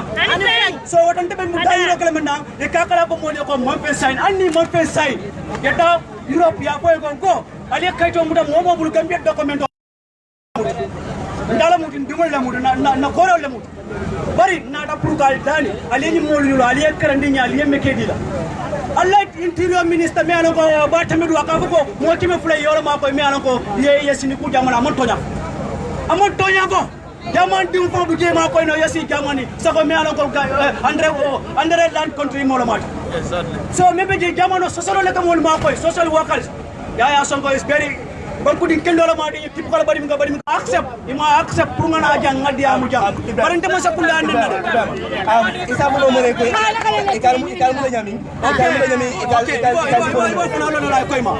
nde ngata do ko every day so manda 4 o'clock nga wula ran ko ngastari ngana ko ngana wiru do ke after ninga wiru do ke ni pare da ngana ta do ko da jumalu ala na ke ko jumalu ni monda do ko la wolu na time la ndara 9:30 wo 9:30 ni because of February iko nyesi di 5 o'clock no problem non tamo na na diarale so 9 o'clock ni adama du ni ibalu ta balu ko na ko kuna kane kanga ni mo hadama du nyanda kalon nde ko men ala la kiti on damo kilo bandala na ra yimba ko bari lafta ka diam la doronga moli ala ko men bampu dul bata men ko outside nde ma nyana narja ñun jamal nar nak man ko ta diam rek ta diam la media moli yegi ital na tele na so ma karam do ko mbadi wol nasu ina brosol me la ko be kelo la je pour be media do e ka bolo ko gamelo nga nyantale ni ta de do sona kelo kala e ka bolo nte ta la bula funena no mama value mama ko kudumi ala value ta boy ni tena tele nde ma do kudlale nde ngabu ko di da na ma simon na do kudlan ngabu ko di da je sanji nani sanji lu nga do ko je nana ma accept adu nana ma let kili let o le no so sai mbo do ko le no so manda ken ni na da entara je boy mbeloro do kudlaro kuntinyo entama piu ko a'udhu billahi minash shaitanir rajim adunga kalam do ko Allah subhanahu wa ta'ala ay duwaron mel ko Qur'ano ko ni ayata ni ade modum yakka e ka tanga hada madum jawalla wallahi na adar non nyanda ka tanga wulum betangala jumalun samanda nan ka funyo ko la be kilala jamon ko na be salol jen kay duwaji oda na adar non nyanda kana la be kana la kalmala barate keno la boy naburo da solo ala bilaye ndadi da banko ay ndida lu men ay niyo da ada banko bara sista to be masa kunda ka membe fali e mo pare ka ko ma do kula na ya idan nako bi da la ban ko do di ko ben ken ko ko I will come then put it on the first March on the first March on the first March 10 o'clock because nanta jim do kula so almost 30 minutes ngolo ko do ko do galfro do tata lo prantero ka mun dem criminal so ina de ko be kino la mulo ko intake ko bala la mulo fo ni dum dum ko man ko because dama ka criminal al ko ngara mi do na ban ko te bore yalla mi daja wala tingal tan te kenila so ko no na bo se mudul ko la ni ala do ko ko no ni mudu wala di just jama bi ka actin kele na pudo ga mi ala ko ama be de so mudu wala kana bo bala mi bala be de baranda le no so nde yalla mbulo yalla wala mun na balu ko wala post ado amanga ngato nyen drole ko do mbo kito du no arabu na sababu bo da hada madi wala bala de ngasmo kul ne kata mbama nyol ye ba ma nyol ndabari mo yela ko dal wa bindara adu stinna on kam mo men karnal ko pour ka tanka annin kol be no ko ali ni mol danka sababu ko demel e ba halaka dunya janna flo bi fo kaftal jam ngamo jella sambar ko karam la me an ko ba tanka hoy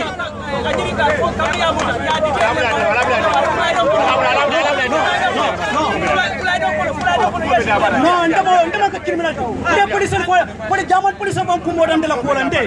Akungo da life. Ay tan dina ko ite ya ngan argirian tang saindi wala jarta ngene kilin saindi. Tabringal na da ye fennet dia. Kana tan ngan ndro fo because ko kana ndro fo.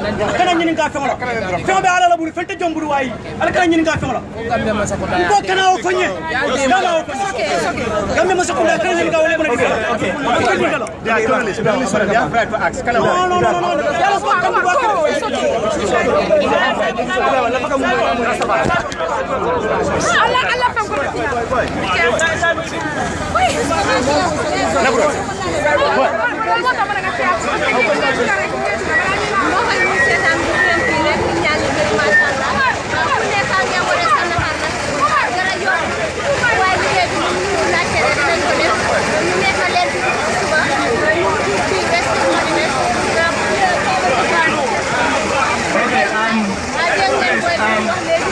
we have had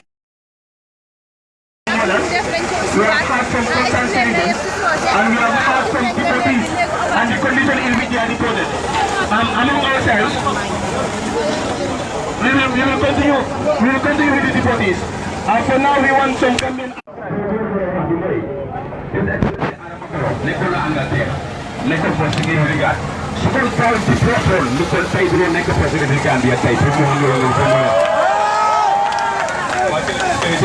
Thank you so much.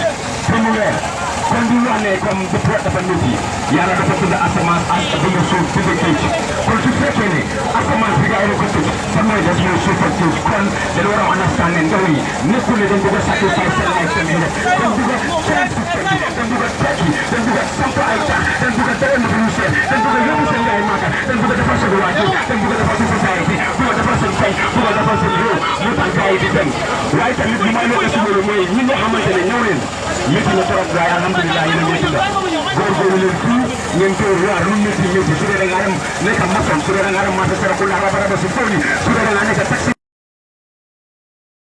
waaye still ngeen koy waar laa su ma bëgg a tëjee mooy am na loo xamante ne dañ koy war a stop as news dañu war a nekk benn su fekkee ne kenn oote na ñëpp ñu si as youth amul ne ñi ñoo oote wala ñu ñoo oote lu la tal Mama Talla and it's all one Gambia so from where everybody on the count of three we say just one time 1 2 3 1 2 3 assalamu alaikum all power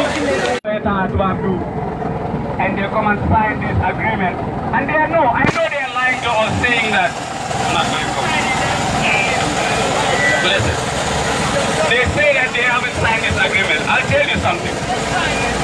Gambia is an independent country, they do. Germany is an independent country, they do. You cannot infringe people's sovereignty just like that. You just don't land a plane on a sovereign country just like that. The German president came here, they do. For German president, no man nada. Because I am I'm a molla. They came here to sign an agreement. They signed the agreement and they put mess and they need to reverse that agreement. The government of the Gambia shouldn't be lying to the Gambian people.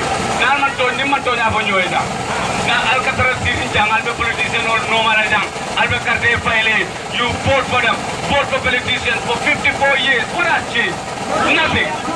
Our people are still dying in the back way. Our people are in detention camps in Europe. They are suffering there every fucking day. And you are still here, still trying to vote for politicians. All power. Why is it that you okay? No protest. This is our normal Roman Uganda. Why for next time? So we want to give us some better in our them. Parce que fille they can do that, can never take a bit. It is our constitutional right to peacefully gather in the public places. The money is in the constitution of the Gambia. No legalize such a cut. Never I touch that perfect. Never I aggressive cut. I pursue Muslim. As long as you know who I bani, look on the Muslim that you know that. So when we ever call for protest, peaceful gathering. Let's do it here. Why?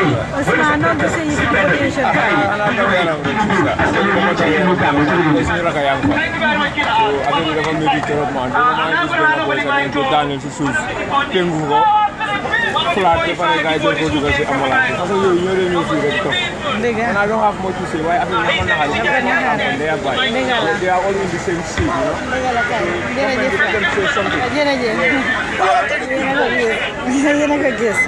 Gis ngeen gaay ñu ne power to the people, so the people need respect, the people demand respect, ndax ñu ngay jox ñu ci respect.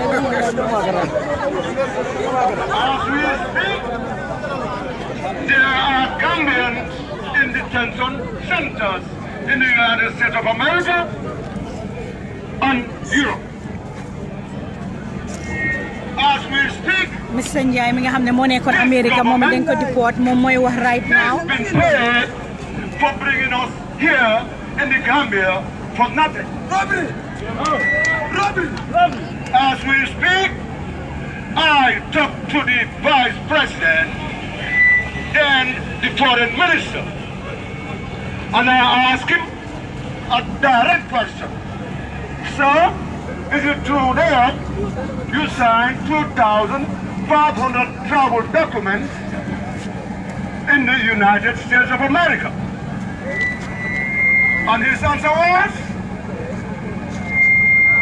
Washington, D.C. have something to do with it.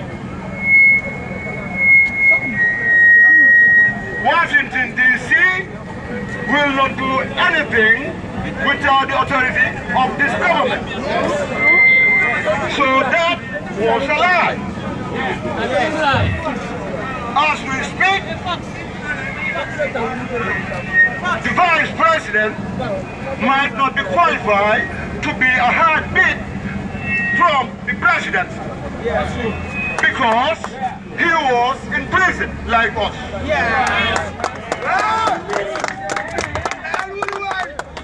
As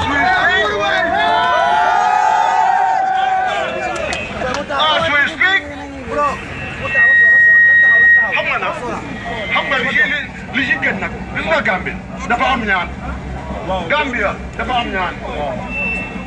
As we speak, the Ministry of Tourism or the Minister of Tourism is selling Gambian women to Saudi Arabia.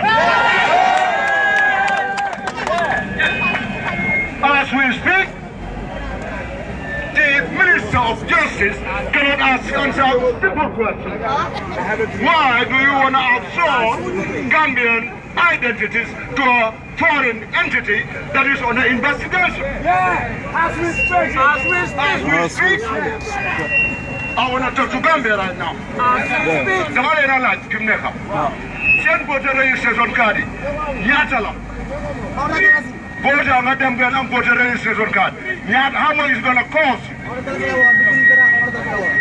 $5? $10? $100. Huh? $100. Yes. This government outsource your identity for $450. Or 75. As we speak, they are all corrupt. As we speak,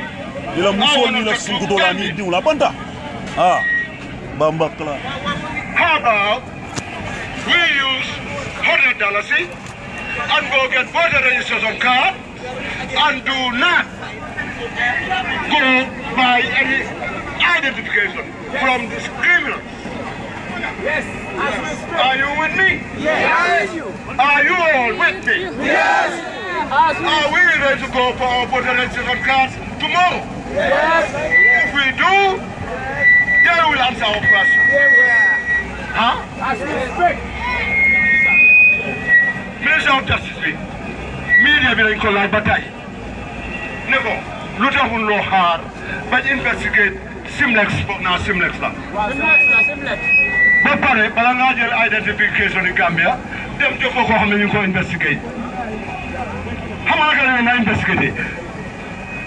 The government of Simlex raided their office with all their computers gone. They're from Belgium. From the Yes, I'm close. So then Dr. Floba just sent to the group, Joko, you put it in an IE. lii la gars yi use nga dem si banque bi enu sa xoy jooy parce que lii dafa mel ni deal la bu ñoo def ñoom ñoo government bi. Okay. Yeah, I'll take 1 minute. So Gambia, in this false, free and fair election, democracy of the Gambia, the whole of Gambia is on the ballot. Even Jahatu is on the ballot. There is no wall of Gambia. There is no Mandinga Gambia. There is no Sarahule Gambia. There is no Jola Gambia. There is just guide our action towards the common goal and join our diverse people to proper brotherhood. We pledge our firm allegiance, our promise we renew. Give us great God of nations to the Gambia, never to.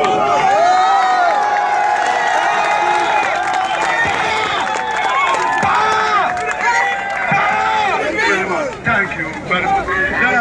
I don't know if you go to the registration card. You can't pay Halis. But now you have to pay $350. You can just go to the registration card. You can them to go. Send for the registration card. You have to send Natal. I'll send information here. Neither an ID. Put them. Neither a cash and check back. Tell them go. You them $100. You have to send go to the registration card. Then foreign them to have control. You join them. You have to. All right, thank you very much. Thank you. I think those words were clear. As we are moving on, all we want to emphasize here, power belongs to the people, and we have the right to exercise those powers at our given time. And therefore, we are running against time. The protest is decided to stop at 12:30, and we are already 12:15. We want a committee member, the only female member of our committee, to say something, and from there we'll pick it up to rush with some other speeches now against 12:30. Yeah?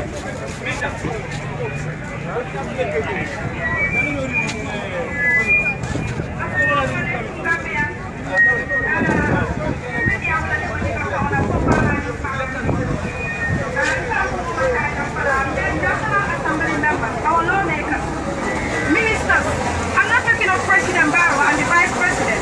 I'm talking of our National Assembly members. You're thinking, only a catefa yet a little minkama. Well, for your low molly, citizen soul. Makapoye, put it up for solie. Makapoye, free, but I could not president and the Vice President. So let's have our number. So, not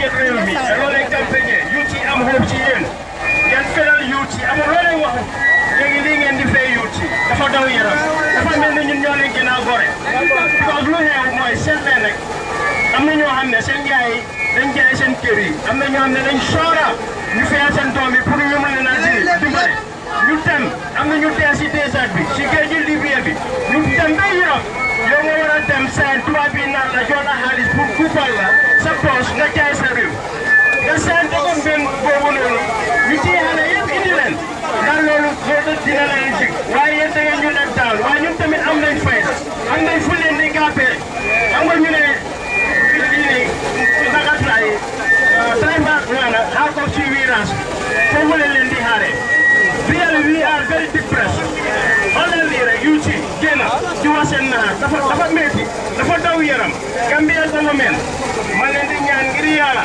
change leen seen jikko parce que noo leen di demee nii dafa ruslu dafa mel ni ay xale yu ndaw ñoo nekk di ron government bi yéen ay mag ngeen yow principe bi ma jot eno tubaab bi di leen seetloo ay document ñu indi youth yi fii nii ma leen di wax leen it's a warning lii soo leen ko stoppu dëkk bi dina toj ma ko wéer dafa am fu ma ko wéer karam reet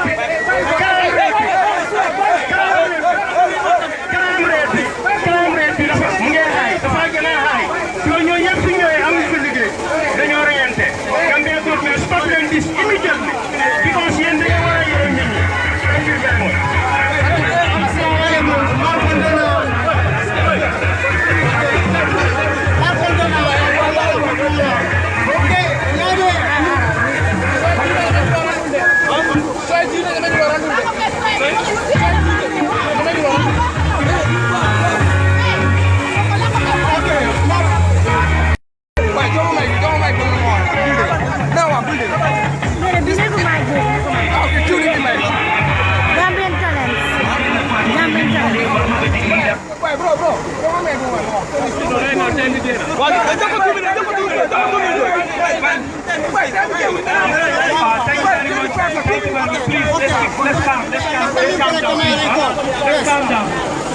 Thank you very much once again. I would like to take this opportunity to thank each and every one of you.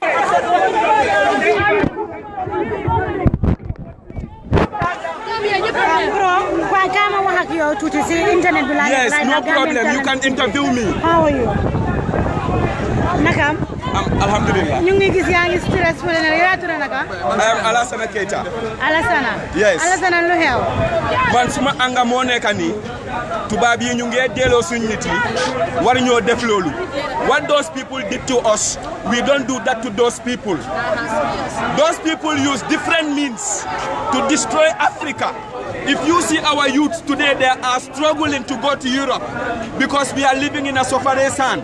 And that sufferation is caused by them, the West. And my complaint today is to the police, not to those people. And my reason of complaint to the police, they should not give us time. We don't need time.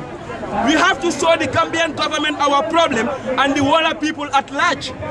So we don't need time from the Gambian. This gathering can go for even a week.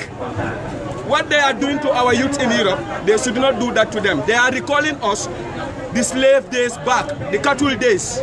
Just look what they do to them. Putting cuff on their hand, putting cuff on their legs. Should that be, my fellow Gambian brothers and sisters? Should that be? Let's speak the truth. Wahala sun mo ki mandinke. Ndaba mu fola mandinkole wala munti ko. Na fondinkele mulita kat mul wulita Africa. This is not in 100. This is in thousands. It's a revolution. And this is a peaceful revolution done by our brothers.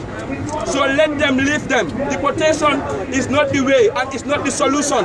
This is the future of Africa. The future of Africa we are talking about. The people who make venture to go to Europe are making struggle not for themselves but for Africa. All right, thank you. Can no, ask me question. You have to ask me. Okay, no problem, bro. Ask me question. All right, no problem. So, fuck na ni suñu wé ci Gambia bi. Ba lolu nek ben problem. Lolu problem la di. Because ñu nek Gambia fi ñu ngi nek ci problème. Naka la ñeneen ñi joggé Europe ñu ñew ñu bokk ci suñu problème bi. And when you look into the sociological and the societal point in view, these people in Europe are feeding a lot of families in this nation. Okay. This is a bloodless revolution. So no gisee nguuri Gambia because ñun engage nañ leen Gambian Talents TV ku wax ak gaay waaye gaay nanguñ ta joxe benn response. Because they want to fool us. They are fools by fooling us. They cannot sign a treaty with the Europeans and want to come to this nation by telling us that we don't sign any treaty. They signed this treaty. That's why they are making deportation. So foog nga ne tey li nga xam ne mooy demonstration bu ñoo def dina am benn impact. It should be. Du am impact su fekkee na mbooloo bii nii dafa tas du musa am impact. But as we return in this park, show the Gambian people and the Walla people that this deportation in action shouldn't be done, then it will have impact. Did the Gambian government make any promise to you people? Because they are lying. They will never give you promise because they are lying. They signed this treaty and telling you and me and everybody that they don't sign this treaty. I listened to Halifa Sallah and lawyer Usainu Dabo in the parliament. Usainu Dabo, lawyer Halifa Sallah was telling Usainu Dabo that you and these partners, you should tell these partners that they have to understand us based on our situation. They need to understand us. They keep these people. But this Usainu Dabo and my party, they signed this treaty. Me, I can say it anywhere. They are the one who signed this treaty. They cannot fool us. We are never fools. And we will never be fooled. Okay, what proof do you have? Mr. Man, how are you? It's a proof. I'm telling you that it's a debate from the parliament. This is a proof. I had it. It's in the internet. If you are concentrated on the internet, you will see this proof.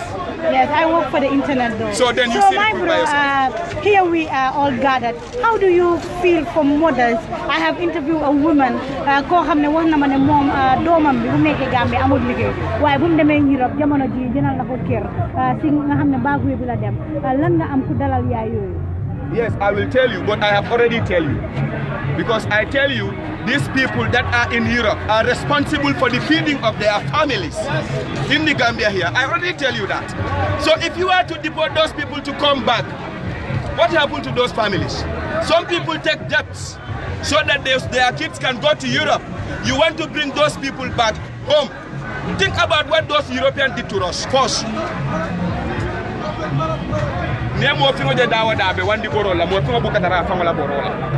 Black is very important and black is very great. We the Gambians, we have to be contented. Let us stop signing treaties with the Europeans. I want to say this to the whole people. Let us stop signing treaty with the Europeans because that don't favor us. Ñun suuf bu ñu am soo jiyee foofu tey malo bala 4 days that malo will come out. Let's sponsor agriculture 100%. Let us not sign treaty with the whites. The coming of the queen and the king in Gambia, I don't like it. The coming of Tony Blair to the Gambia, I don't like it. I like Yaya Jammeh for a single reason, because he don't kiss the ass of any white man. I was part of the revolution to take Yaya Jammeh out.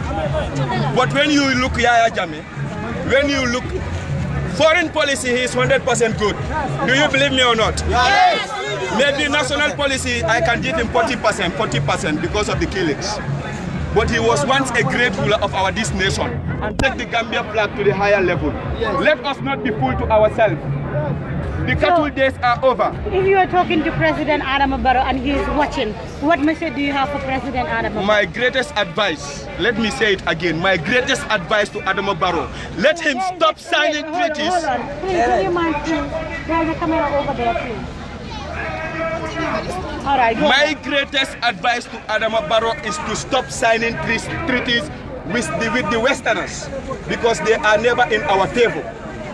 They will never and they are never in our favor. Let's get up as Africans. Now we can't tell you more thing already. Mentality ta na banko doku. Amanke kontel nyanta kajiki tubabo le la puri entel Africa doku nteliene. They have been fooling us, and we are greater than them. Ask me the reason why I said we are greater than them. Africa is the beginning and shall it be the ending. When you talk about the wall, so the Aduna B, 5 steps build this wall. 4 of these steps are in Africa. That is Ethiopia, that is Sudan, that is Egypt, that is Timbuktu in Mali. And that's where education begins. That we all believe in. 14 books were stolen from Timbuktu by the Barbers. I'm talking to you about the black gospel. Black is great, especially you, the black woman. Mariama was a woman like you people. He got a son, he's a black woman. By the name Jesus Christ. Black is great. All right, bro, your final message, because we might be leaving to another... I like questions. Tell me. Okay, big man. Yes. Okay, I have a question for you. Sorry. Good. Okay, like this is the first demonstration the Gambian people are doing. Yes, yeah? yes. And I think when we say like peaceful demonstration, yes, they have no right to give out like restrictions and give out time. No. Because as citizens, you have the right to do a peaceful demonstration anyway. This is it. And I want to tell you the reason they are giving you time, because that is in their favor. And we should not let that happen. We should not let time from these people. And we are expecting more flights of these deportees. Is there any plan of another demonstration which is different from this youth monument? I tell you, these people, even you want us to stay here, every 5 years they come around, give us promises. But these promises have never been fulfilled. You get me? This is what I have to say. Any question from any other guy? A lot of people are thinking that it's only the German people that they have been deported. Today, the 7th, is 1 year, marking 1 year since the people from America have been deported. If you look at Mr. Njai, the one speaking right now, he is also a deportee from the U.S.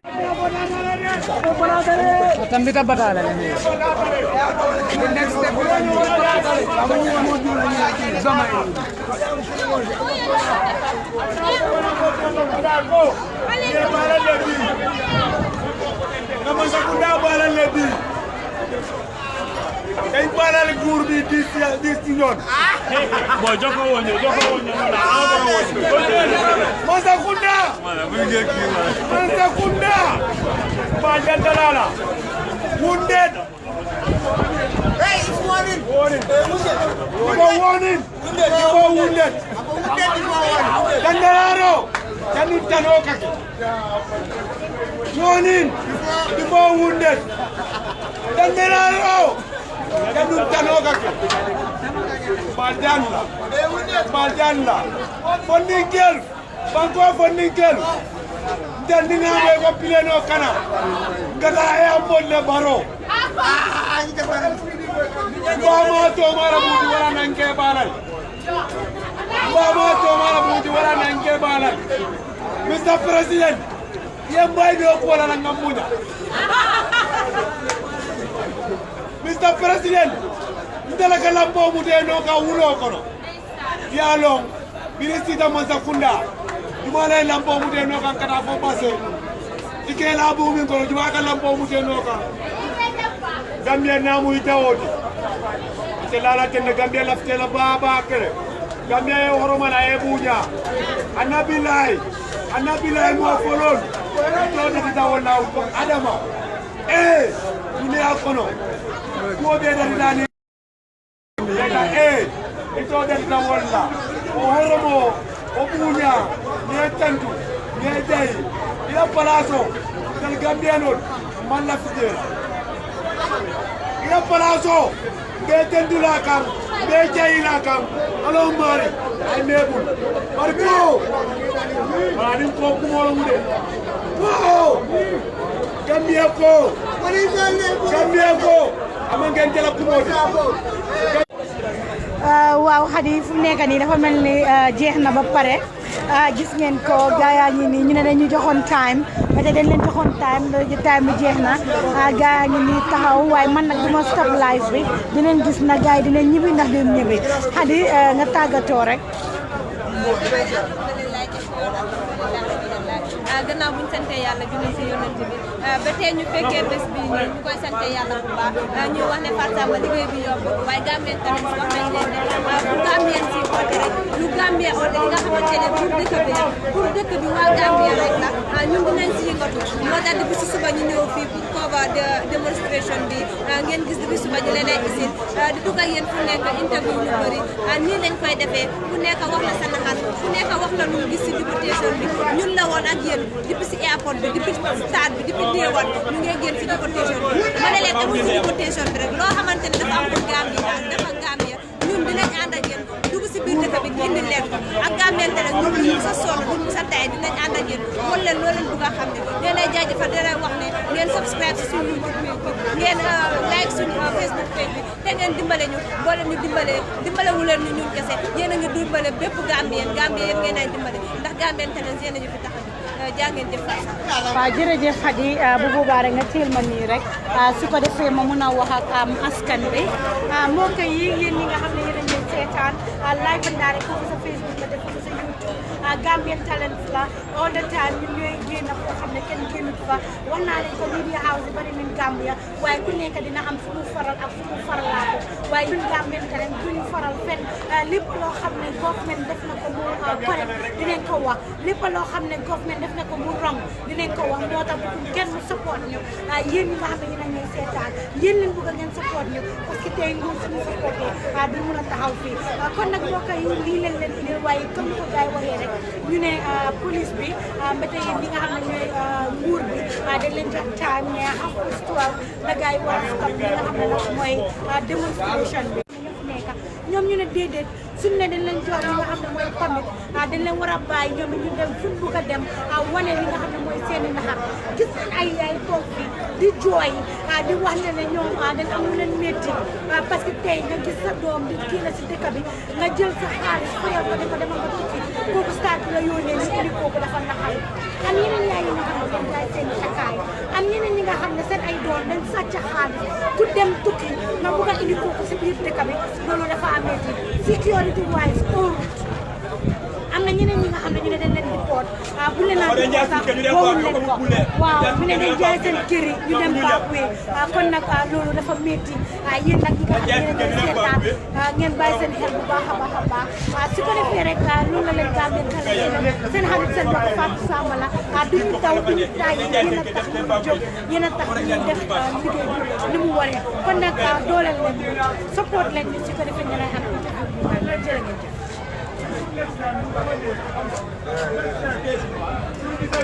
But I can't find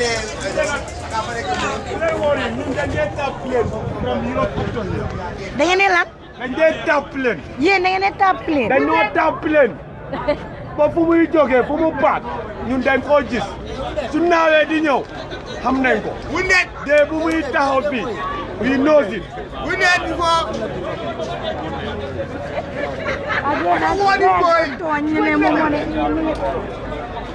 ñu ne moom moo dee wax wounded before wounded kon nag loolu am na solo bro lu tax ñibee bu ne ñu ne 12:30 lañ leen jox lu tax ngeen a toog foofu affaire si protest léegi moom loolu kontaanuñ waaye ñu gën a man ni kontaan naa si because gis naa Gambian yaa ngi ñuy faytal man suma boppa deportees la deportees la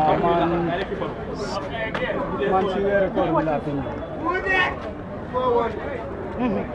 so crowd bi génnoon nañu waaye boo léegi foog naa mi ngi des mu ngi des ñu expect woon gisuñ ñëpp waaw waaye tàngoor bi ñu ko doon commencé wi only 12 people ok so léegi nii dem nañ waaw léegi da nga xaaraaboon tuuti rek su ko defee suma caméra bu mag bi ñu fix ko su ko defee gars yi gën laa mun a gis yéen ñi nga xam ne yéen a ñooy seetaan yéen a ko gis ñi nga xam ne ñoom it ñooy baag wéeri toon yi si ñoom it ñu ngi si biir dëkk bi kon nag ñu bàyyi ko rek noo tudd bro man maa ngi tudd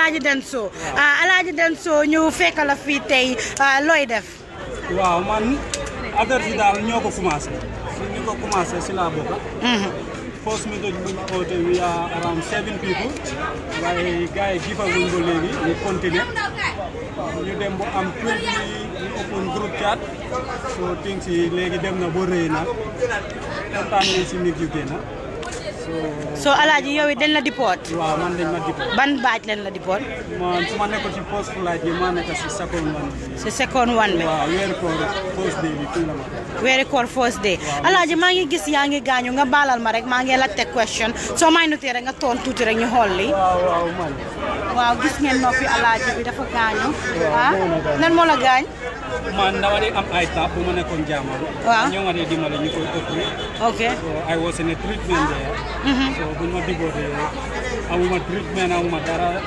so suma suma xarit moo ñëwaat jabara buñ cabee bu nekk suma gannaaw noppa bi ñu ne ma ok bi pour nga génne ko balaa ñoom ñuy dellu waaw si lañ dem si hospital bi last week opéré ko so moo war a gaañu Alaaji nga nekkoon Germany nga daan am special treatment dama koy wax docteur yi bari neen waaye bokkuñ façon Gambia ñu suñu health care system bi ñu bari ñu ko question du suma kaddu waaye kaddu askan bi la Alaaji yow right now nooy dundee sa taab yi nga xam ne moom nga am waaw man problème bi mooy bu ma njëkkoon a am dañ ko bëggoon a opéré waaye suma jabar ñu ne ma xaar boobu dellu bu amee ñu opéré comme noo ko waxee suñu health care bi yoo xam nga naka Hollywood ay téeméer bi ko suñu health care bi yow daal ñëpp xam nañ ne naka la so dama doon xaar ko waaye sa borom moto bi mu bàyyi xel nit yaa suma jabar moo waa ma xaar boo ma dellu ñu mun koy génne waaye it was getting bigger and bigger so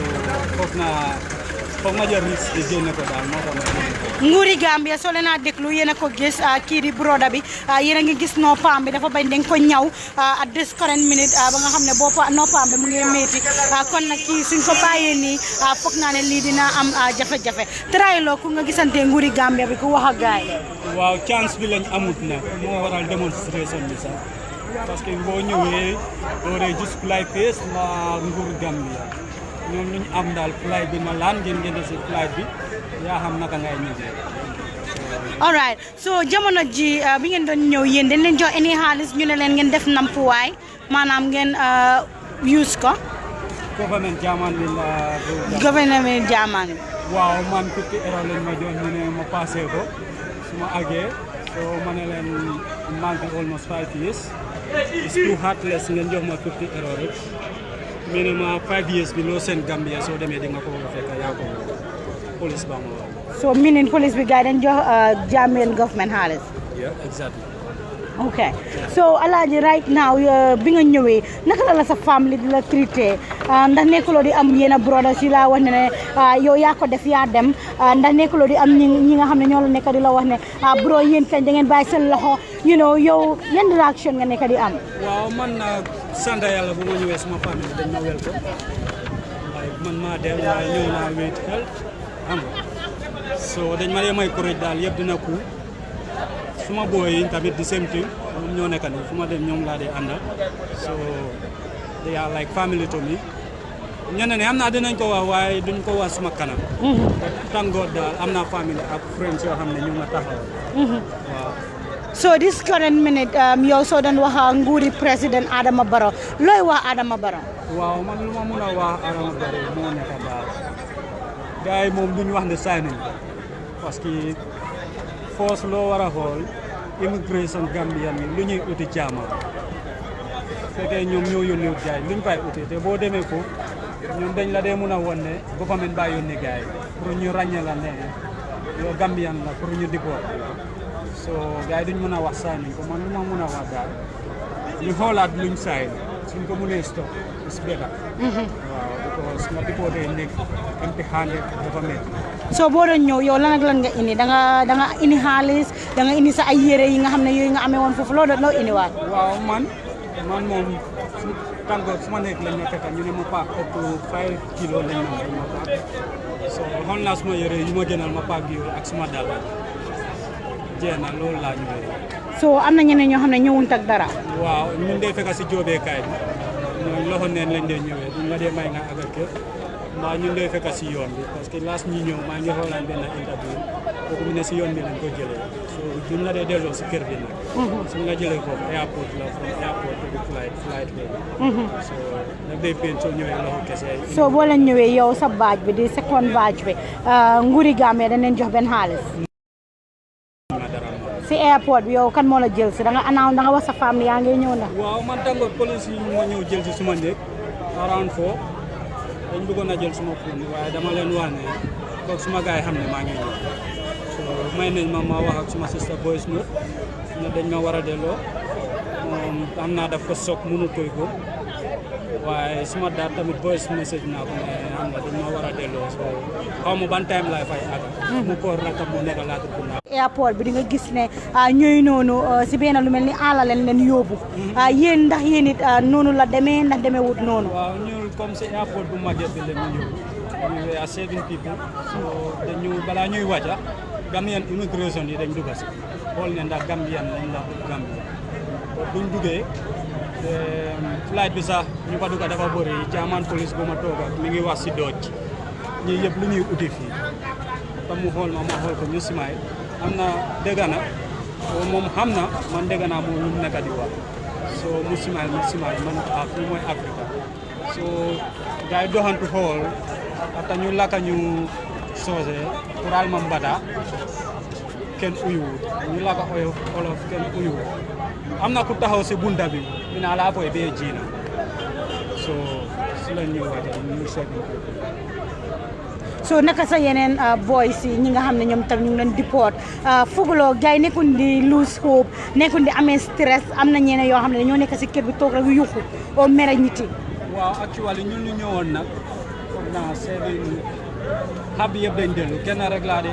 ñu sax mu ne taxi driver la waaye xab bi dafa dellu dama dee mën a dégg ak gars yi gars yi luñ delloo plane na den delluwaat plane lañ dellu nag du ma mën a wax kuram waaye ku féem la represent na jaamaan si boppam so ñu deport ko bu mu ñëwee kéet la delloo because bu ñu ko doon deport dañ ko am gars yi téye ak kéeti Italie nekkul kéeti asil waaye kéeti sëy la kooku deful dara parce que dañ lay wax ñu dee deport dañ lay def criminal record kooku dafa am suu dina fan Freiburg la am suu foofu la doon dem ñu téye ko si liggéey Banof bi moo nekk train station ñu indi ko si airport bi ñu ko dañuy xool amee ñëpp génn ñu jàppal ndax government bi mun na gis ñu nekk di traité yu it's not right tamit daal buñ lose hope neexut ba neexut fii moom ñëpp xam nañ ne liggéey am maa ngi fi almost more than 8 months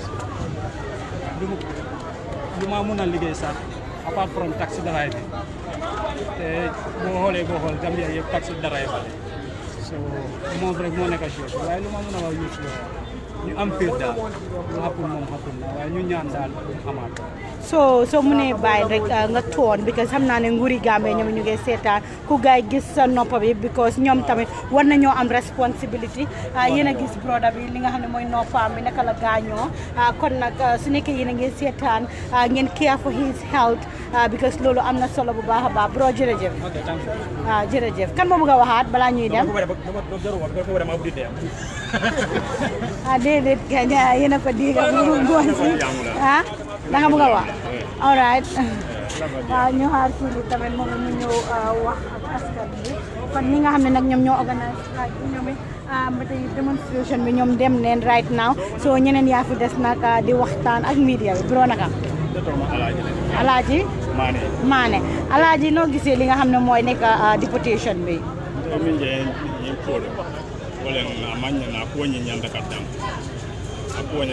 because ya jamela siyeto jam dalne baro kabringa be karre fa kana dalne ni campagne o campagne la inde ko mo complain ke ya jamme kamine deport na jala Spain e ko complain ke every time ko wala fala je campagne la so dalna da kana si because dalne ya dan ko mi sita kamo go so ni ala Gambia no len Gambia no pour kata bandala bankol da so ni ala so mo ban na san Gambia no be wulla kata in ba ku ele famille ele babi el ni de momi el hol ñu holal caméra bi right now bondi ele korral wabi ya dundi ren tama ko wol ko dol be je ni el turaje so sai kana wol tanan ke murun na jaman man sakunda kana ke murun na ndey min je talen sign on nyinke talen ko nyin sign because ni ma sign wolte murun dala da ñu murun dala ndey wala je so sign nen time o de mi alon ko ya fu fighter stop because that man stop asana ku do wulu no Gambia mi alon malla ko la ba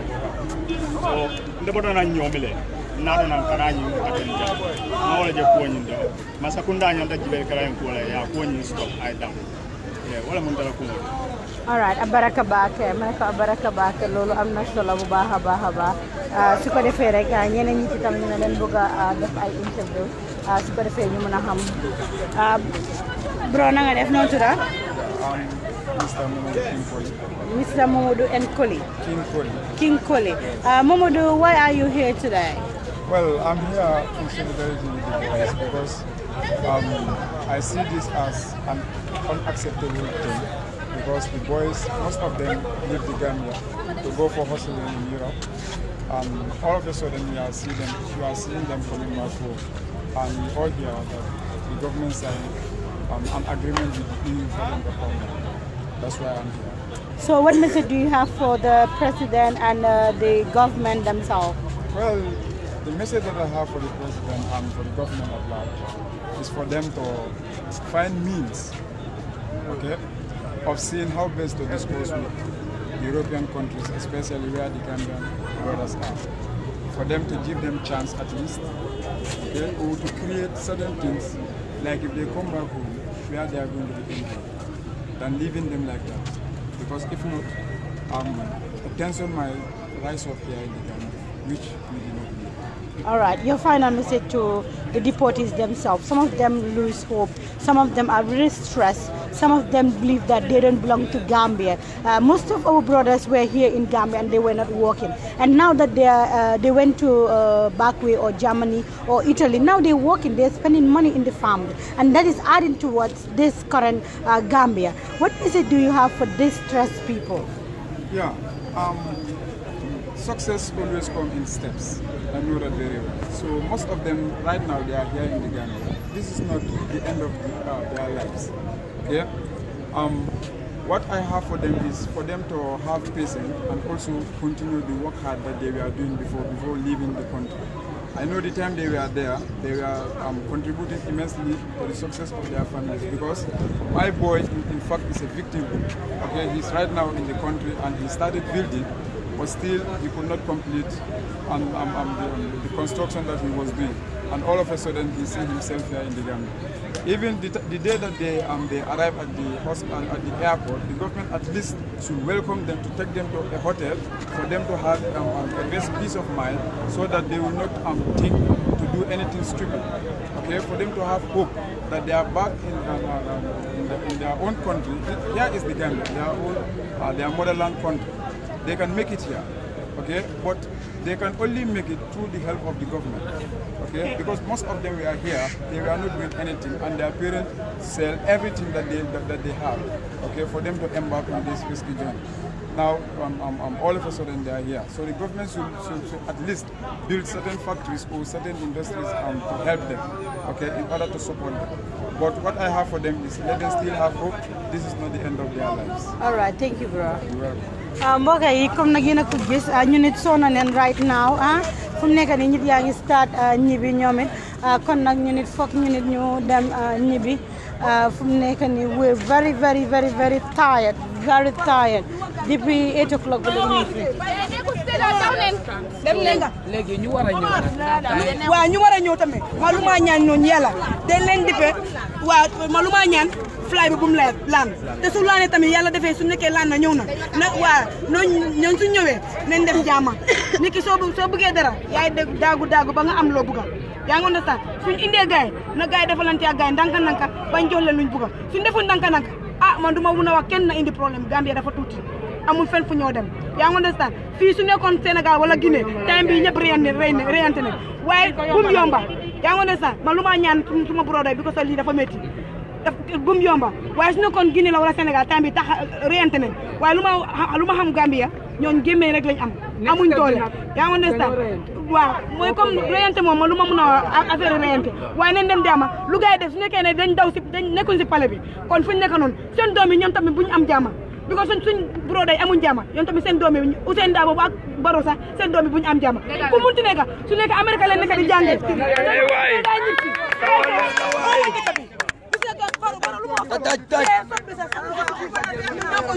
muy gën a son bi yaa ngi understand su dee dañoo sol sax ñu Gambian people su nekkee xale bu nekk si biir sax doom baa ngay yëngatu yaayam firul ko xam ne doom bi si boppam dafa war a xam ne yaayam ñu ngi sonna biir Gambia ñun xamuñ li ay seen deport ay seen ngëppati ngóololi ñun léegi nañ ko xam affaire yooyu naka traversé si léegi nañ ko xam nañ daay bàyyi loolu noonu ñoom neen mag leen balaa moo dugg si yi fi président business ay kër la doon business nga kër ba am ay yi fi président toog nga président kon da nga war a ku di bépp ku jooy da nga war a fomparoo nga ñëpp waaye Gambia xaysi yaa ngi ñëw fi di gën a toroxal nit yi kon Barrow ak Ousainou Darboe buñ xalaatal fii dinañ fi taxaw président ala ko stupide Gambia kenn stupide kon nañ ñaan yàlla mooy ma Gambia xaysi sa jeex na tag dale sa tur wi man Safiatou Ba seen bro bro yaa ngi stress da ay passé stress sis ñun nañ mer sis bilaay yow noo tudd man Mohamed Thiam la Mohamed Thiam lan moo la stress loo Thiam waaw comme deportation bi nii rek comme ni ko ñëpp waxee rek di seen stress bi la nii ñëpp loolu lañ comme xam nga ñun ñëpp Gambien la ñam nga gisee wuñ ko comme mbiri politique du politique xam nga so ñun sa lu ñu naari moo nekk rek comme crowd bu génne fii tey sax mënoon naa ëppal lii xam nga mënoon naa ëppal lii na ma understand moo dem dis lañ expectoon waaye comme ñu bëri ñu ko gisee ne politique la fekk du politique xam nga lii Gambia la doomi Gambia bu dereti Gambia di daw si yow rek daf la am pour métier xam nga because comme sister yu ñoo deport broda yu ñoo deport xam nga ñu si ëpp sax xamuñ leen xëy na am na ñoo xam ne sa family member sa deportuñ ko waaye Gambien bi la deret bi la rek daf ñu naxari xam nga because ñoo ñooy fiit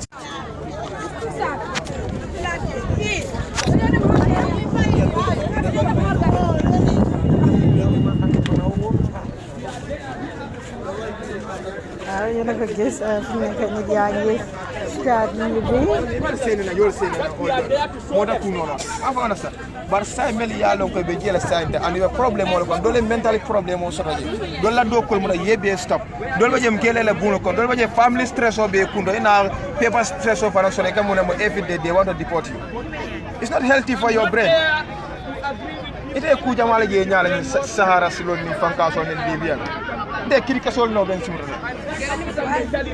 so ko be bila nte taran duma silol